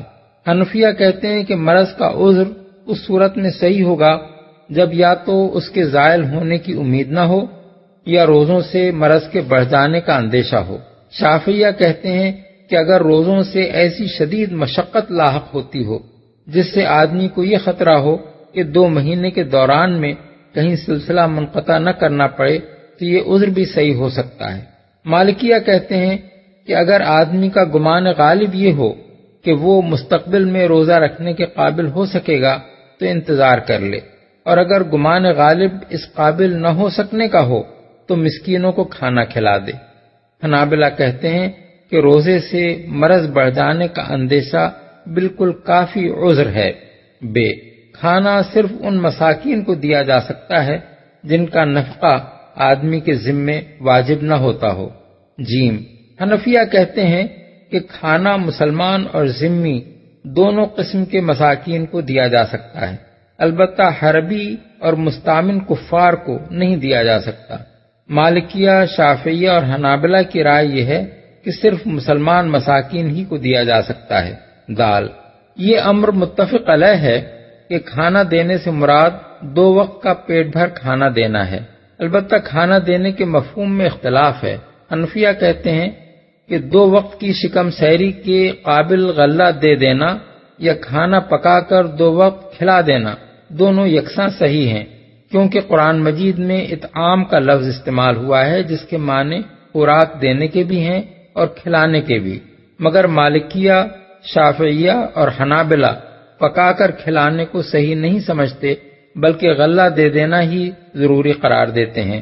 غلہ دینے کی صورت میں یہ امر متفق علیہ ہے کہ وہ غلہ دینا چاہیے جو اس شہر یا علاقے کے لوگوں کی عام غذا ہو، اور سب مسکینوں کو برابر دینا چاہیے۔ حنفیہ کے نزدیک اگر ایک ہی مسکین کو 60 دن تک کھانا دیا جائے تو یہ بھی صحیح ہے، البتہ یہ صحیح نہیں ہے کہ ایک ہی دن اسے 60 دنوں کی خوراک دے دی جائے، لیکن باقی تینوں مذاہب ایک مسکین کو دینا صحیح نہیں سمجھتے۔ ان کے نزدیک 60 ہی مساکین کو دینا ضروری ہے، اور یہ بات چاروں مذاہب میں جائز نہیں ہے کہ 60 آدمیوں کو ایک وقت کی خوراک اور دوسرے 60 آدمیوں کو دوسرے وقت کی خوراک دی جائے۔ یہ بات چاروں مذاہب میں سے کسی میں جائز نہیں ہے کہ آدمی 30 دن کے روزے رکھے اور 30 مسکینوں کو کھانا دے۔ 2 کفارے جمع نہیں کیے جا سکتے۔ روزے رکھنے ہوں تو پورے 2 مہینوں کے مسلسل رکھنے چاہیے۔ کھانا کھلانا ہو تو 60 مسکینوں کو کھلایا جائے۔ اگرچہ قرآن مجید میں کفارہ طعام کے متعلق یہ الفاظ استعمال نہیں کیے گئے ہیں کہ یہ کفارہ بھی زوجین کے ایک دوسرے کو چھونے سے پہلے ادا ہونا چاہیے، لیکن فحوائے کلام اس کا مقتضی ہے کہ اس تیسرے کفارے پر بھی اس قید کا اطلاق ہوگا۔ اسی لیے ائمہ اربعہ نے اس کو جائز نہیں رکھا ہے کہ کفارہ طعام کے دوران میں آدمی بیوی کے پاس جائے۔ البتہ فرق یہ ہے کہ جو شخص ایسا کر بیٹھے اس کے متعلق حنابلہ یہ حکم دیتے ہیں کہ اسے اثر نو کھانا دینا ہوگا، اور حنفیہ اس معاملے میں رعایت کرتے ہیں، کیونکہ اس تیسرے کفارے کے معاملے میں من قبل ان یتماسا کی صراحت نہیں ہے، اور یہ چیز رعایت کی گنجائش دیتی ہے۔ یہ احکام فقہ کی حسب ذیل کتابوں سے اخذ کیے گئے ہیں: فقہ حنفی، ہدایہ، فتح القدیر، بدائع ثنائے، احکام القرآن للجساس، فقہ شافعی، المنہاج للنووی، شرح مغنی المحتاج، تفسیر کبیر، فقہ مالکی، حاشیۃ الدسوقی علی الشرح الکبیر، ہدایت المجتہد، احکام القرآن ابن عربی، فقہ حنبلی، المغنی لابن قدامہ، فقہ ظاہری، المحلہ لابن حزم۔ رسول پر ایمان لاؤ۔ یہاں ایمان لانے سے مراد سچے اور مخلص مومن کا سا رویہ اختیار کرنا ہے۔ ظاہر ہے کہ آیت کے مخاطب کفار و مشرکین نہیں ہیں بلکہ مسلمان ہیں جو پہلے ہی ایمان لائے ہوئے تھے۔ ان کو شریعت کا ایک حکم سنانے کے بعد یہ فرمانا کہ یہ حکم تم کو اس لیے دیا جا رہا ہے کہ تم اللہ اور اس کے رسول پر ایمان لاؤ، صاف طور پر یہ معنی رکھتا ہے کہ جو شخص خدا کے اس حکم کو سننے کے بعد بھی جاہلیت کے پرانے رواجی قانون کی پیروی کرتا رہے، اس کا یہ طرز عمل ایمان کے منافی ہوگا۔ ایک مومن کا یہ کام نہیں ہے کہ اللہ اور اس کا رسول جب زندگی کے کسی معاملے میں اس کے لیے ایک قانون مقرر کر دے تو وہ اس کو چھوڑ کر دنیا کے کسی دوسرے قانون کی پیروی کرے یا اپنے نفس کی خواہشات پر عمل کرتا رہے۔ کافروں کے لیے دردناک سزا ہے۔ یہاں کافر سے مراد منکر خدا و رسالت نہیں ہے، بلکہ وہ شخص ہے جو خدا اور رسول کو ماننے کا اقرار و اظہار کرنے کے بعد بھی وہ طرز عمل اختیار کرے جو ایک کافر کے کرنے کا ہے۔ دوسرے الفاظ میں اس ارشاد کا مطلب یہ ہے کہ یہ دراصل کافروں کا کام ہے کہ اللہ اور اس کے رسول کا حکم سننے کے بعد بھی اپنی مرضی چلاتے رہیں یا جاہلیت کے طریقوں ہی کی پیروی کرتے رہیں، ورنہ سچے دل سے ایمان لانے والا تو کبھی یہ رویہ اختیار نہیں کر سکتا۔ یہی بات سورہ آل عمران میں بھی حج کی فرضیت کا حکم دینے کے بعد فرمائی گئی ہے کہ وَمَن كَفَرَ فَإِنَّ اللَّهَ غَنِيٌّ عَنِ الْعَالَمِينَ، یعنی اور جو کفر کرے یعنی اس حکم کی اطاعت نہ کرے تو اللہ دنیا والوں سے بے نیاز ہے۔ ان دونوں مقامات پر کفر کا لفظ اس معنی میں نہیں ہے کہ جو شخص بھی زہار کرنے کے بعد کفارہ ادا کیے بغیر بیوی سے تعلق رکھے یا یہ سمجھے کہ زہار ہی سے بیوی کو طلاق ہو گئی ہے یا استطاعت کے باوجود حج نہ کرے، اسے قاضی شرع کافر و مرتد ٹھہرا دے اور سب مسلمان اسے خارج از اسلام قرار دے دیں، بلکہ یہ اس معنی میں ہے کہ اللہ تعالیٰ کے ہاں ایسے لوگوں کا شمار مومنین میں نہیں ہے جو اس کے احکام کو قول یا عمل سے رد کر دیں اور اس امر کی کوئی پرواہ نہ کریں کہ ان کے رب نے ان کے لیے کیا حدود مقرر کی ہیں، کن چیزوں کو فرض کیا ہے، کن چیزوں کو حلال کیا ہے اور کیا چیزیں حرام کر دی ہیں۔ ان الذين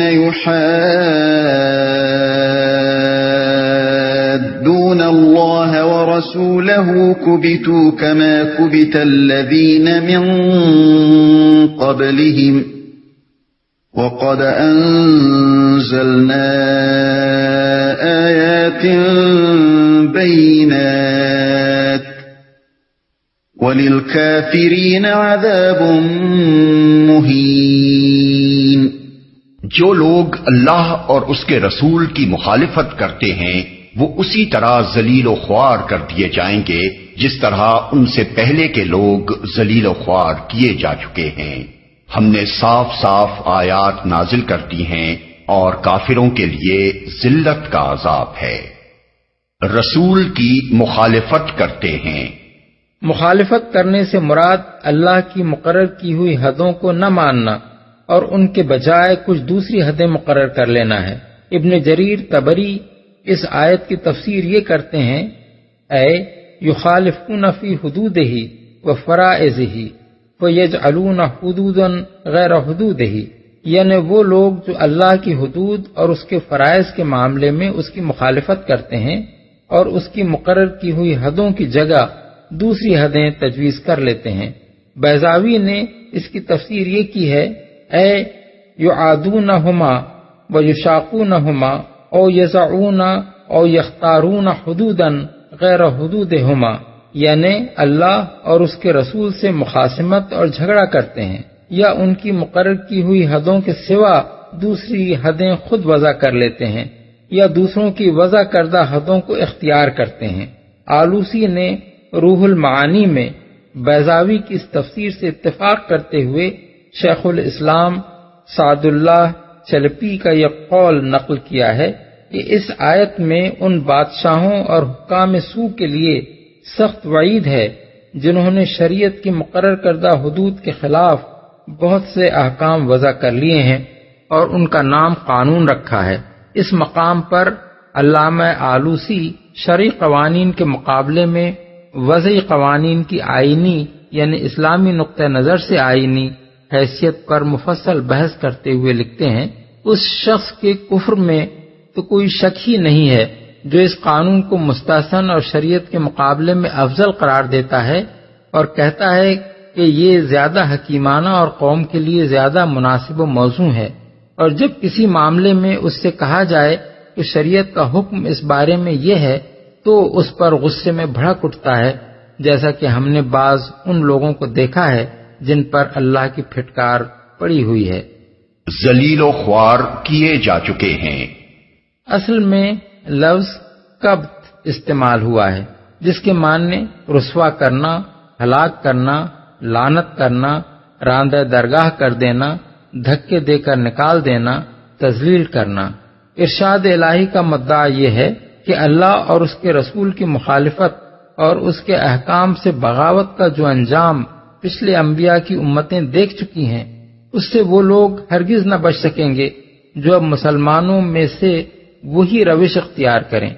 انہوں نے بھی جب خدا کی شریعت کے خلاف خود قوانین بنائے یا دوسروں کے بنائے ہوئے قوانین کو اختیار کیا، تب اللہ کے فضل اور اس کی نظر عنایت سے وہ محروم ہوئے، اور اسی کا نتیجہ یہ ہوا کہ ان کی زندگی ایسی گمراہیوں، بد کرداریوں اور اخلاقی و تمدنی برائیوں سے لبریز ہوتی چلی گئی، جنہوں نے بالآخر دنیا ہی میں ان کو ذلیل و خوار کر کے چھوڑا۔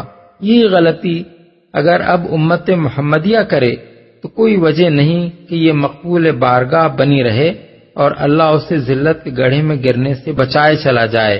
اللہ کو نہ اپنے پچھلے رسولوں کی امت سے کوئی عداوت تھی، نہ اس رسول کی امت سے اس کا کوئی مخصوص رشتہ ہے۔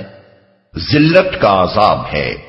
سیاق عبارت پر غور کرنے سے یہ بات مترشح ہوتی ہے کہ یہاں اس روش کی دو سزاؤں کا ذکر ہے، ایک قبط یعنی وہ خواری اور رسوائی جو اس دنیا میں ہوئی اور ہوگی، دوسرے عذاب مہین یعنی ذلت کا وہ عذاب جو آخرت میں ہونے والا ہے۔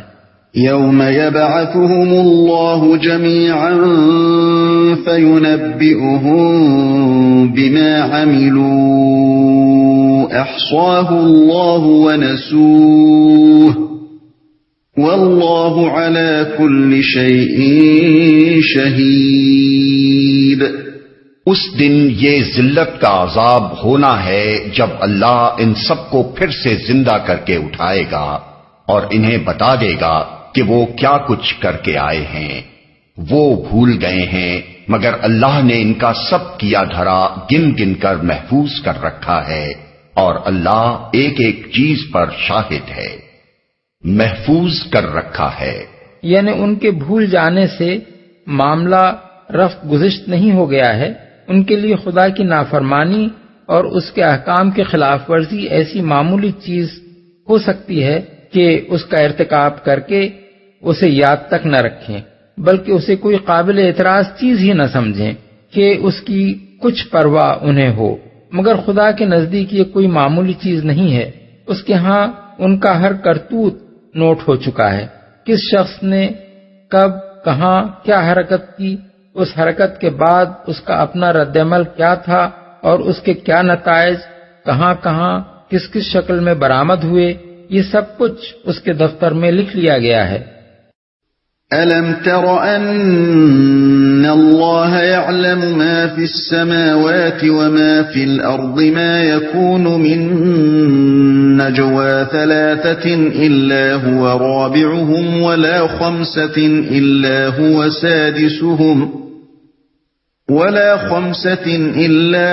سَادِسُهُمْ وَلَا أَدْنَىٰ مِن ذَلِكَ وَلَا أَكْثَرَ إِلَّا هُوَ مَعَهُمْ أَيْنَمَا كَانُوا ثُمَّ يُنَبِّئُهُم بِمَا عَمِلُوا يَوْمَ الْقِيَامَةِ إِنَّ اللَّهَ بِكُلِّ شَيْءٍ عَلِيمٌ۔ کیا تم کو خبر نہیں ہے کہ زمین اور آسمانوں کی ہر چیز کا اللہ کو علم ہے؟ کبھی ایسا نہیں ہوتا کہ 3 آدمیوں میں کوئی سرگوشی ہو اور ان کے درمیان چوتھا اللہ نہ ہو، یا 5 آدمیوں میں سرگوشی ہو اور ان کے اندر چھٹا اللہ نہ ہو۔ خفیہ بات کرنے والے خواہ اس سے کم ہوں یا زیادہ، جہاں کہیں بھی وہ ہوں، اللہ ان کے ساتھ ہوتا ہے۔ پھر قیامت کے روز وہ ان کو بتا دے گا کہ انہوں نے کیا کچھ کیا ہے۔ اللہ ہر چیز کا علم رکھتا ہے۔ کیا تم کو خبر نہیں ہے؟ یہاں سے آیت 10 تک مسلسل منافقین کے اس طرز عمل پر گرفت کی گئی ہے جو انہوں نے اس وقت مسلم معاشرے میں اختیار کر رکھا تھا۔ وہ بظاہر مسلمانوں کی جماعت میں شامل تھے، مگر اندر ہی اندر انہوں نے اہل ایمان سے الگ اپنا ایک جتھا بنا رکھا تھا۔ مسلمان جب بھی انہیں دیکھتے یہی دیکھتے کہ وہ آپس میں سر جوڑے خسر پسر کر رہے ہیں، انہی خفیہ سرگوشیوں میں وہ مسلمانوں کے اندر پھوٹ ڈالنے اور فتنے برپا کرنے اور ہراس پھیلانے کے لیے طرح طرح کے منصوبے بناتے اور نئی نئی افواہیں گھڑتے تھے۔ ان کے اندر چھٹا اللہ نہ ہو۔ سوال پیدا ہوتا ہے کہ یہاں 2 اور 3 کے بجائے 3 اور 5 کا ذکر کس مصلحت سے کیا گیا ہے؟ پہلے 2 اور پھر 4 کو کیوں چھوڑ دیا گیا؟ مفسرین نے اس کے بہت سے جوابات دیے ہیں، مگر ہمارے نزدیک صحیح بات یہ ہے کہ یہ طرز بیان دراصل قرآن مجید کی عبارت کے ادبی حسن کو برقرار رکھنے کے لیے اختیار کیا گیا ہے۔ اگر ایسا نہ کیا جاتا تو عبارت یوں ہوتی: ما یکون من نجوى اثنین الا هو ثالثهم ولا ثلاثة الا هو رابعهم۔ اس میں نجوى اثنین بھی کوئی خوبصورت ترکیب نہ ہوتی اور ثالث اور ثلاثتن کا یکے بعد دیگر آنا بھی حلاوت سے خالی ہوتا۔ یہی قباحت الا هو رابعهم کے بعد ولا اربعتن کہنے میں بھی تھی۔ اس لیے 3 اور 5 سرگوشی کرنے والوں کا ذکر کرنے کے بعد دوسرے فقرے میں اس خلا کو یہ کہہ کر بھر دیا گیا کہ ولا ادنی من ذالک ولا اکثر الا هو معهم، سرگوشی کرنے والے خواہ 3 سے کم ہوں یا 5 سے زیادہ، بہرحال اللہ ان کے ساتھ موجود ہوتا ہے۔ اللہ ان کے ساتھ ہوتا ہے۔ یہ معیت در حقیقت اللہ جل شانہ کے علیم و خبیر اور سمیع و بصیر اور قادر مطلق ہونے کے لحاظ سے ہے، نہ کہ معاذ اللہ اس معنی میں کہ اللہ کوئی شخص ہے جو 5 اشخاص کے درمیان ایک چھٹے شخص کی حیثیت سے کسی جگہ چھپا بیٹھا ہوتا ہے۔ دراصل اس ارشاد سے لوگوں کو یہ احساس دلانا مقصود ہے کہ خواہ وہ کیسے ہی محفوظ مقامات پر خفیہ مشورہ کر رہے ہوں، ان کی بات دنیا بھر سے چھپ سکتی ہے مگر اللہ سے نہیں چھپ سکتی، اور وہ دنیا کی ہر طاقت کی گرفت سے بچ سکتے ہیں مگر اللہ کی پکڑ سے نہیں بچ سکتے۔ أَلَمْ تَرَ إِلَى الَّذِينَ نُهُوا عَنِ النَّجْوَى ثُمَّ يَعُودُونَ لِمَا نُهُوا عَنْهُ وَيَتَنَاجَوْنَ بِالْإِثْمِ وَالْعُدْوَانِ وَمَعْصِيَةِ الرَّسُولِ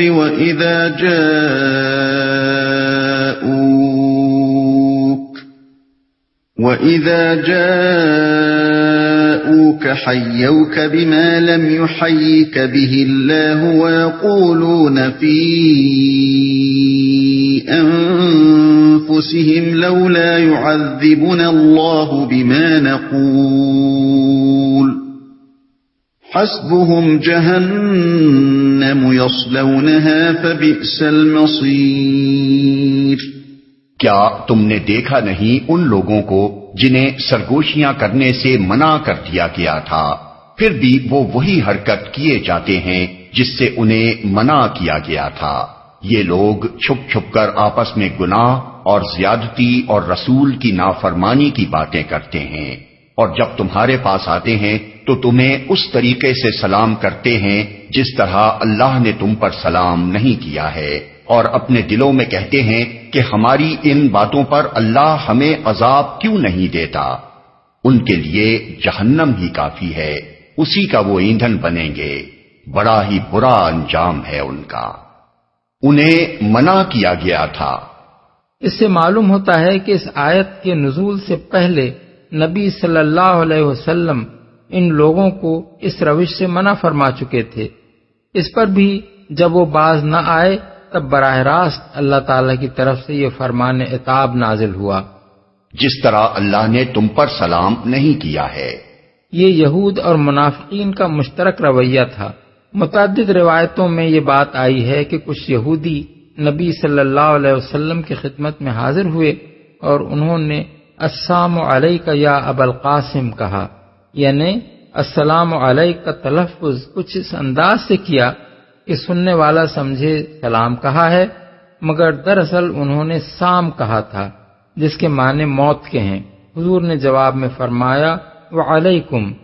حضرت عائشہ سے نہ رہا گیا اور انہوں نے کہا موت تمہیں آئے اور اللہ کی لعنت اور پھٹکار پڑے۔ حضور نے انہیں تنبیہ فرمائی کہ اے عائشہ، اللہ کو بدزبانی پسند نہیں ہے۔ حضرت عائشہ نے عرض کیا یا رسول اللہ، آپ نے سنا نہیں کہ انہوں نے کیا کہا؟ حضور نے فرمایا، اور تم نے نہیں سنا کہ میں نے انہیں کیا جواب دیا؟ میں نے ان سے کہہ دیا اور تم پر بھی۔ بخاری، مسلم، ابن جریر، ابن ابی حاتم۔ حضرت عبداللہ بن عباس کا بیان ہے کہ منافقین اور یہود دونوں نے سلام کا یہی طریقہ اختیار کر رکھا تھا۔ ابن جریر: اللہ ہمیں عذاب کیوں نہیں دیتا؟ یعنی وہ اپنے نزدیک اس بات کو رسول اللہ صلی اللہ علیہ وسلم کے رسول نہ ہونے کی دلیل سمجھتے تھے۔ ان کا خیال یہ تھا کہ اگر یہ رسول ہوتے تو جس وقت ہم انہیں اس طریقے سے سلام کرتے اسی وقت ہم پر عذاب آ جاتا۔ اب چونکہ کوئی عذاب نہیں آتا، حالانکہ ہم شب و روز یہ حرکت کرتے رہتے ہیں، لہذا یہ رسول نہیں ہے۔ یا ایھا الذین آمنوا اذا تناجیتم فلا تتناجوا بالاثم والعدوان ومعصیة الرسول وتناجوا بالبر والتقوى واتقوا الله الذي إليه تحشرون۔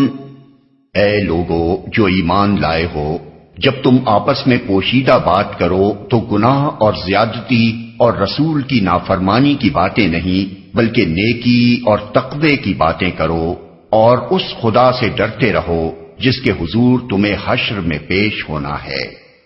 اس سے معلوم ہوا کہ نجوہ یعنی آپس میں راز کی بات کرنا بجائے خود ممنوع نہیں ہے، بلکہ اس کے جائز یا ناجائز ہونے کا انحصار ان لوگوں کے کردار پر ہے جو ایسی بات کریں، اور ان حالات پر ہے جن میں ایسی بات کی جائے، اور ان باتوں کی نوعیت پر ہے جو اس طریقے سے کی جائیں۔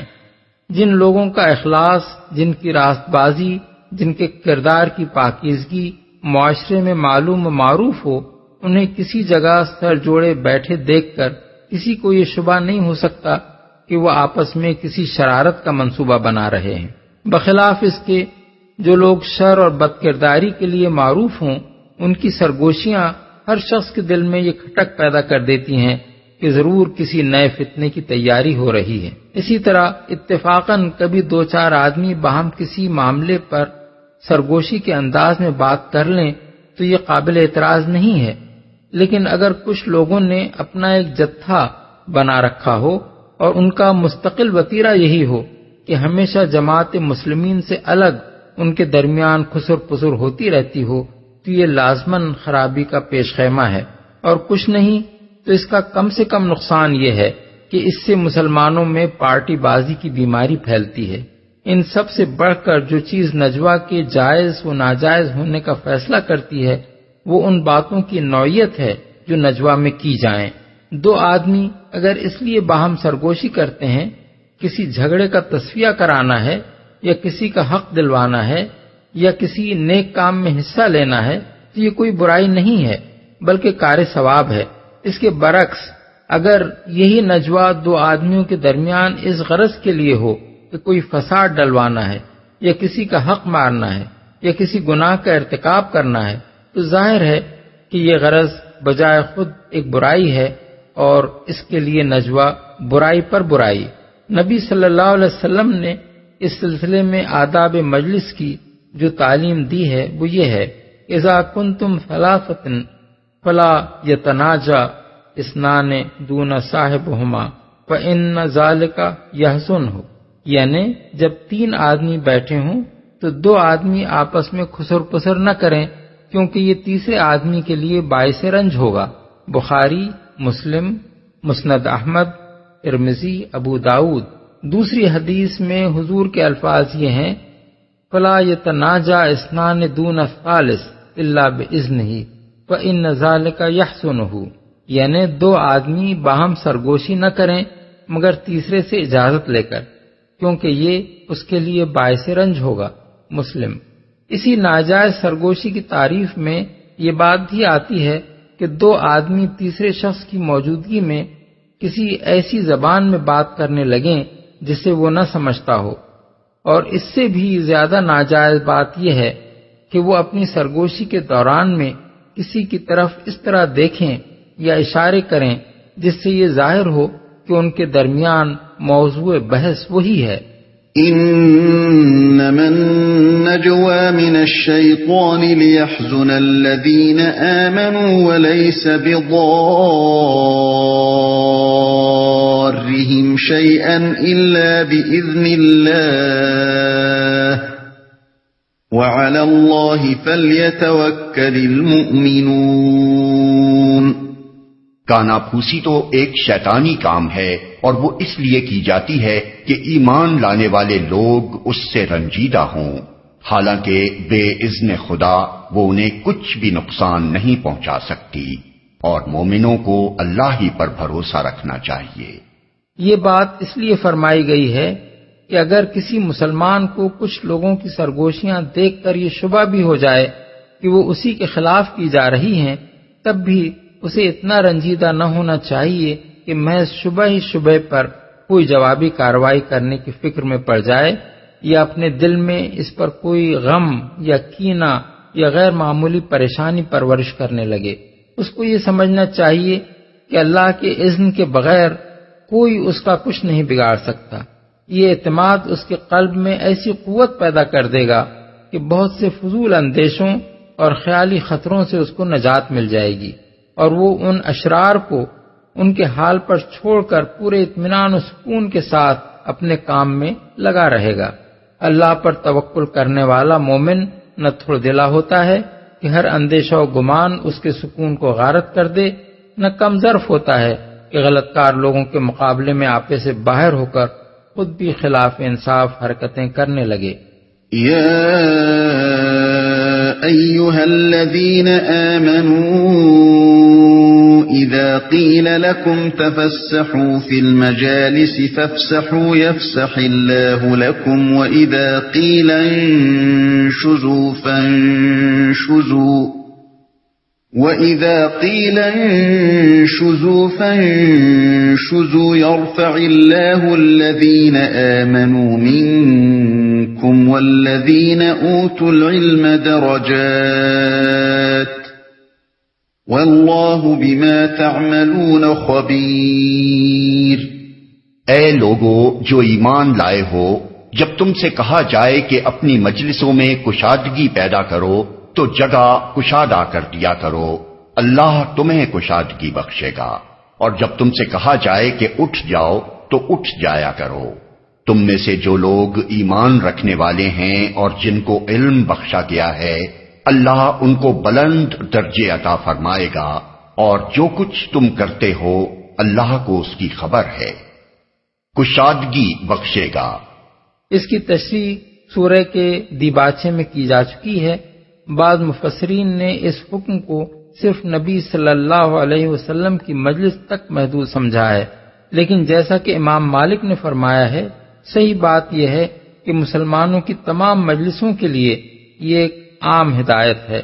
اللہ اور اس کے رسول نے اہل اسلام کو جو آداب سکھائے ہیں، ان میں سے ایک بات یہ بھی ہے کہ جب کسی مجلس میں پہلے سے کچھ لوگ بیٹھے ہوں اور بعد میں مزید کچھ لوگ آئیں تو یہ تہذیب پہلے سے بیٹھے ہوئے لوگوں میں ہونی چاہیے کہ وہ خود نئے آنے والوں کو جگہ دیں اور حتی الامکان کچھ سکڑ اور سمٹ کر ان کے لیے کشادگی پیدا کریں، اور اتنی شائستگی بعد کے آنے والوں میں ہونی چاہیے کہ وہ زبردستی ان کے اندر نہ گھسیں اور کوئی شخص کسی کو اٹھا کر اس کی جگہ بیٹھنے کی کوشش نہ کرے۔ حدیث میں حضرت عبداللہ بن عمر اور حضرت ابو ہریرہ کی روایت ہے کہ نبی صلی اللہ علیہ وسلم نے فرمایا، لا یقیم الرجل من مجلسہ فیجلس فیہ ولکن تفسحوا وتوسعوا، یعنی کوئی شخص کسی کو اٹھا کر اس کی جگہ نہ بیٹھے بلکہ تم لوگ خود دوسروں کے لیے جگہ کو شادہ کرو۔ مسند احمد، بخاری، مسلم۔ اور حضرت عبداللہ بن عمر بن عاص کی روایت ہے کہ حضور نے فرمایا، لا یحل لرجل ان یفرق بین اثنین الا باذنہما، یعنی کسی شخص کے لیے یہ حلال نہیں ہے کہ دو آدمیوں کے درمیان ان کی اجازت کے بغیر دھس جائے۔ مسند احمد، ابو داؤد، ترمذی۔ اٹھ جایا کرو۔ عبد الرحمن بن زید بن اسلم کا بیان ہے کہ لوگ نبی صلی اللہ علیہ وسلم کی مجلس میں دیر تک بیٹھے رہتے تھے اور ان کی کوشش یہ ہوتی تھی کہ آخر وقت تک بیٹھے رہیں۔ اس سے بسا اوقات حضور کو تکلیف ہوتی تھی، آپ کے آرام میں بھی خلل پڑتا تھا اور آپ کے کاموں کا بھی حرج ہوتا تھا۔ اس پر یہ حکم نازل ہوا کہ جب تم لوگوں سے کہا جائے کہ اٹھ جاؤ تو اٹھ جاؤ۔ ابن جریر و ابن کثیر۔ بلند درجے عطا فرمائے گا، یعنی یہ نہ سمجھو کہ رسول اللہ صلی اللہ علیہ وسلم کی مجلس میں دوسروں کو جگہ دینے کی خاطر اگر تم آپ سے کچھ دور جا بیٹھے تو تمہارا درجہ گر گیا، یا اگر مجلس برخاست کر کے تمہیں اٹھ جانے کے لیے کہا گیا تو تمہاری کچھ ذلت ہو گئی۔ رفع درجات کا اصل ذریعہ ایمان اور علم ہے، نہ یہ کہ کس کو مجلس میں رسول اللہ صلی اللہ علیہ وسلم کے قریب بیٹھنے کا موقع ملا اور کون زیادہ دیر تک آپ کے پاس بیٹھا۔ کوئی شخص اگر آپ کے قریب بیٹھ گیا ہو تو اس کے معنی یہ نہیں ہے کہ اسے بڑا مرتبہ مل گیا۔ بڑا مرتبہ تو اسی کا رہے گا جس نے ایمان اور علم کی دولت زیادہ پائی ہے۔ اسی طرح کسی شخص نے اگر زیادہ دیر تک بیٹھ کر اللہ کے رسول کو تکلیف دی تو اس نے الٹا جہالت کا کام کیا۔ اس کے درجے میں محض یہ بات کوئی اضافہ نہ کر دے گی کہ اسے دیر تک آپ کے پاس بیٹھنے کا موقع ملا۔ اس سے بدرجہ زیادہ بلند مرتبہ اللہ کے ہاں اس کا ہے جس نے آپ کی صحبت سے ایمان اور علم کا سرمایہ حاصل کیا اور وہ اخلاق سیکھے جو ایک مومن میں ہونے چاہیے۔ یا ایھا الذین آمنوا اذا ناجیتم الرسول فقدموا بین یدی نجواکم صدقہ ذلك خير لكم وأطهر فإن لم تجدوا فإن الله غفور رحيم۔ اے لوگو جو ایمان لائے ہو، جب تم رسول سے تخلیے میں بات کرو تو بات کرنے سے پہلے کچھ صدقہ دو، یہ تمہارے لیے بہتر اور پاکیزہ تر ہے۔ البتہ اگر تم صدقہ دینے کے لیے کچھ نہ پاؤ تو اللہ غفور و رحیم ہے، کچھ صدقہ دو۔ حضرت عبداللہ بن عباس اس حکم کی وجہ یہ بیان کرتے ہیں کہ مسلمان رسول اللہ صلی اللہ علیہ وسلم سے بہت زیادہ باتیں یعنی تخلیہ کی درخواست کر کے پوچھنے لگے تھے، حتیٰ کہ انہوں نے حضور کو تنگ کر دیا۔ آخر کار اللہ تعالیٰ نے یہ چاہا کہ اپنے نبی پر سے یہ بوجھ ہلکا کر دے۔ ابن جریر۔ زید بن اسلم کہتے ہیں کہ نبی صلی اللہ علیہ وسلم سے جو شخص بھی علیحدگی میں بات کرنے کی درخواست کرتا آپ اسے رد نہ فرماتے تھے۔ جس کا جی چاہتا آ کر عرض کرتا کہ میں ذرا الگ بات کرنا چاہتا ہوں اور آپ اسے موقع دے دیتے، یہاں تک کہ بہت سے لوگ ایسے معاملات میں بھی آپ کو تکلیف دینے لگے جن میں الگ بات کرنے کی کوئی حاجت نہ ہوتی۔ زمانہ وہ تھا جس میں سارا عرب مدینے کے خلاف برسر جنگ تھا۔ بعض اوقات کسی شخص کی اس طرح کی سرگوشی کے بعد شیطان لوگوں کے کان میں یہ پھونک دیتا تھا کہ یہ فلاں قبیلے کے حملہ آور ہونے کی خبر لایا تھا، اور اس سے مدینے میں افواہوں کا بازار گرم ہو جاتا تھا۔ دوسری طرف لوگوں کی اس حرکت کی وجہ سے منافقین کو یہ کہنے کا موقع مل جاتا تھا کہ محمد صلی اللہ علیہ وسلم تو کانوں کے کچے ہیں، ہر ایک کی سن لیتے ہیں۔ ان وجوہ سے اللہ تعالیٰ نے یہ پابندی لگا دی کہ جو آپ سے خلوت میں بات کرنا چاہے وہ پہلے صدقہ دے۔ احکام القرآن لابن العربی۔ قتادہ کہتے ہیں کہ دوسروں پر اپنی بڑائی جتانے کے لیے بھی بعض لوگ حضور سے خلوت میں بات کرتے تھے۔ حضرت علی فرماتے ہیں کہ جب یہ حکم آیا تو حضور نے مجھ سے پوچھا کتنا صدقہ مقرر کیا جائے، کیا 1 دینار؟ میں نے عرض کیا یہ لوگوں کی مقدرت سے زیادہ ہے۔ آپ نے فرمایا نصف دینار؟ میں نے عرض کیا لوگ اس کی مقدرت بھی نہیں رکھتے۔ فرمایا پھر کتنا؟ میں نے عرض کیا بس 1 جو برابر سونا۔ فرمایا انک لزہید، انہیں تم نے تو بڑی کم مقدار کا مشورہ دیا۔ ابن جریر، ترمذی، مسند ابو یعلا۔ ایک دوسری روایت میں حضرت علی فرماتے ہیں کہ قرآن کی یہ ایک ایسی آیت ہے جس پر میرے سوا کسی نے عمل نہیں کیا۔ اس حکم کے آتے ہی میں نے صدقہ پیش کیا اور ایک مسئلہ آپ سے پوچھ لیا۔ ابن جریر، حاکم، ابن المنذر عبد بن حمید. أَأَشْفَقْتُمْ أَن تُقَدِّمُوا بَيْنَ يَدَيْ نَجْوَاكُمْ صَدَقَاتٍ فَإِذْ لَمْ تَفْعَلُوا وَتَابَ اللَّهُ عَلَيْكُمْ فَأَقِيمُوا الصَّلَاةَ وَآتُوا الزَّكَاةَ وَأَطِيعُوا اللَّهَ وَرَسُولَهُ وَاللَّهُ خَبِيرٌ بِمَا تَعْمَلُونَ. کیا تم ڈر گئے اس بات سے کہ تخلیے میں گفتگو کرنے سے پہلے تمہیں صدقات دینے ہوں گے؟ اچھا، اگر تم ایسا نہ کرو اور اللہ نے تم کو اس سے معاف کر دیا تو نماز قائم کرتے رہو، زکوٰۃ دیتے رہو اور اللہ اور اس کے رسول کی اطاعت کرتے رہو. تم جو کچھ کرتے ہو اللہ اس سے باخبر ہے. یہ دوسرا حکم اوپر کے حکم کے تھوڑی مدت بعد ہی نازل ہو گیا اور اس نے صدقے کے وجوب کو منسوخ کر دیا. اس امر میں اختلاف ہے کہ صدقے کا یہ حکم کتنی دیر رہا. قتادہ کہتے ہیں کہ 1 دن سے بھی کم مدت تک باقی رہا، پھر منسوخ کر دیا گیا. مقاتل بن حیان کہتے ہیں 10 دن تک رہا. یہ زیادہ سے زیادہ اس حکم کے بقا کی مدت ہے جو کسی روایت میں بیان ہوئی ہے. أَلَمْ تَرَ إِلَى الَّذِينَ تَوَلَّوْا قَوْمًا غَضِبَ اللَّهُ عَلَيْهِمْ مَا هُمْ مِنكُمْ وَلَا مِنْهُمْ وَيَحْلِفُونَ عَلَى الْكَذِبِ وَهُمْ يَعْلَمُونَ أَعَدَّ اللَّهُ لَهُمْ عَذَابًا شَدِيدًا إِنَّهُمْ سَاءَ مَا كَانُوا يَعْمَلُونَ.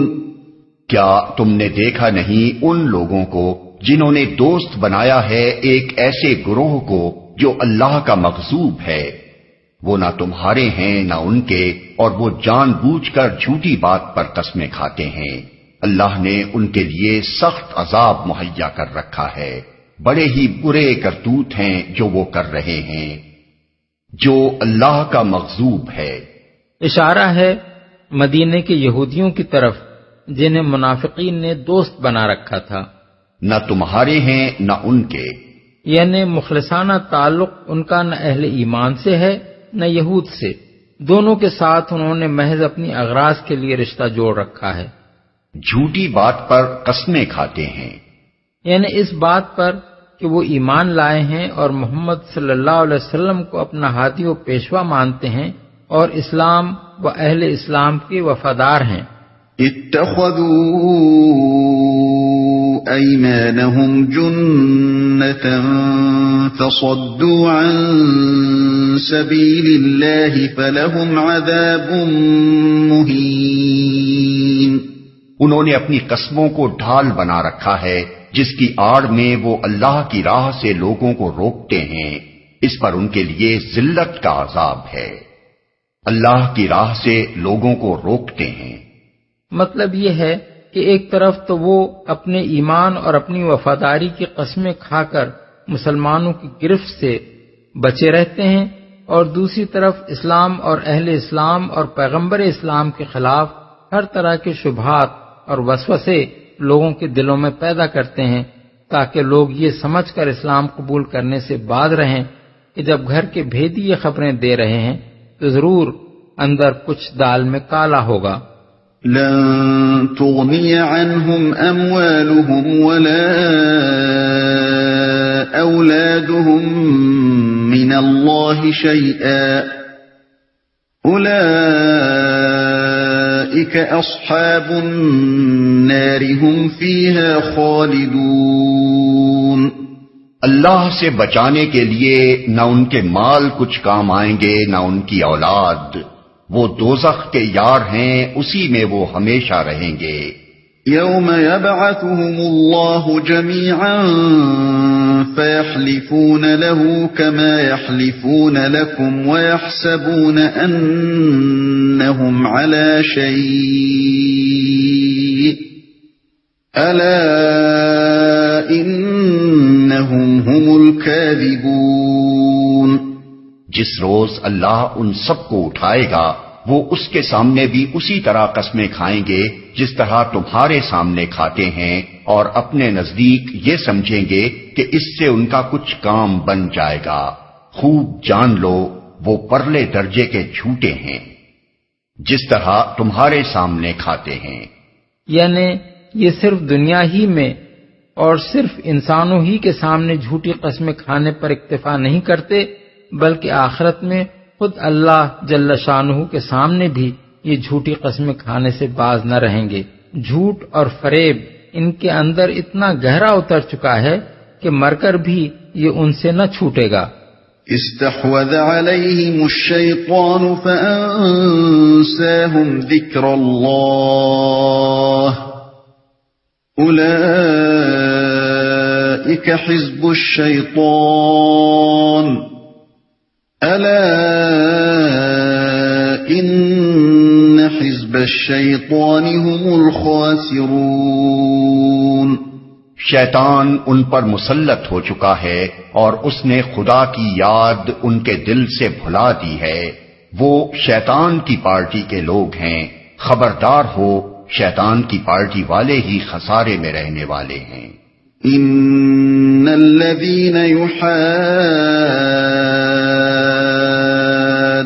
الله ورسوله اولئك في الاذلين۔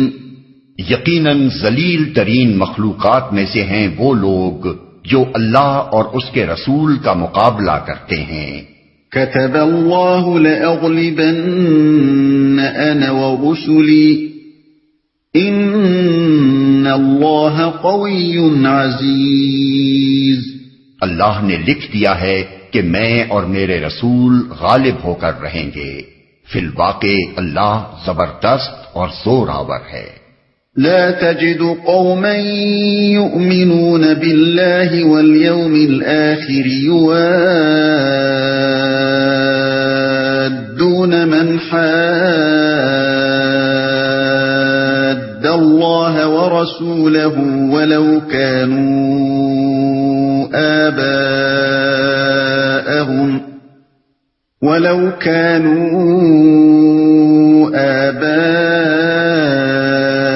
آباءهم أو أبناءهم أو إخوانهم أو عشيرتهم أولئك كتب في قلوبهم الإيمان وأيدهم بروح منه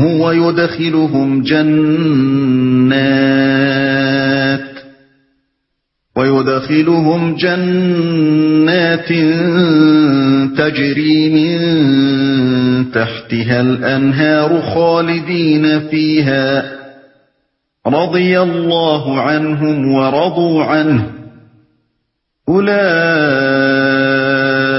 حزب الله ألا إن حزب الله هم المفلحون۔ تم کبھی یہ نہ پاؤ گے کہ جو لوگ اللہ اور آخرت پر ایمان رکھنے والے ہیں وہ ان لوگوں سے محبت کرتے ہوں جنہوں نے اللہ اور اس کے رسول کی مخالفت کی ہے، خواہ وہ ان کے باپ ہوں یا ان کے بیٹے یا ان کے بھائی یا ان کے اہل خاندان۔ یہ وہ لوگ ہیں جن کے دلوں میں اللہ نے ایمان ثبت کر دیا ہے اور اپنی طرف سے ایک روح عطا کر کے ان کو قوت بخشی ہے۔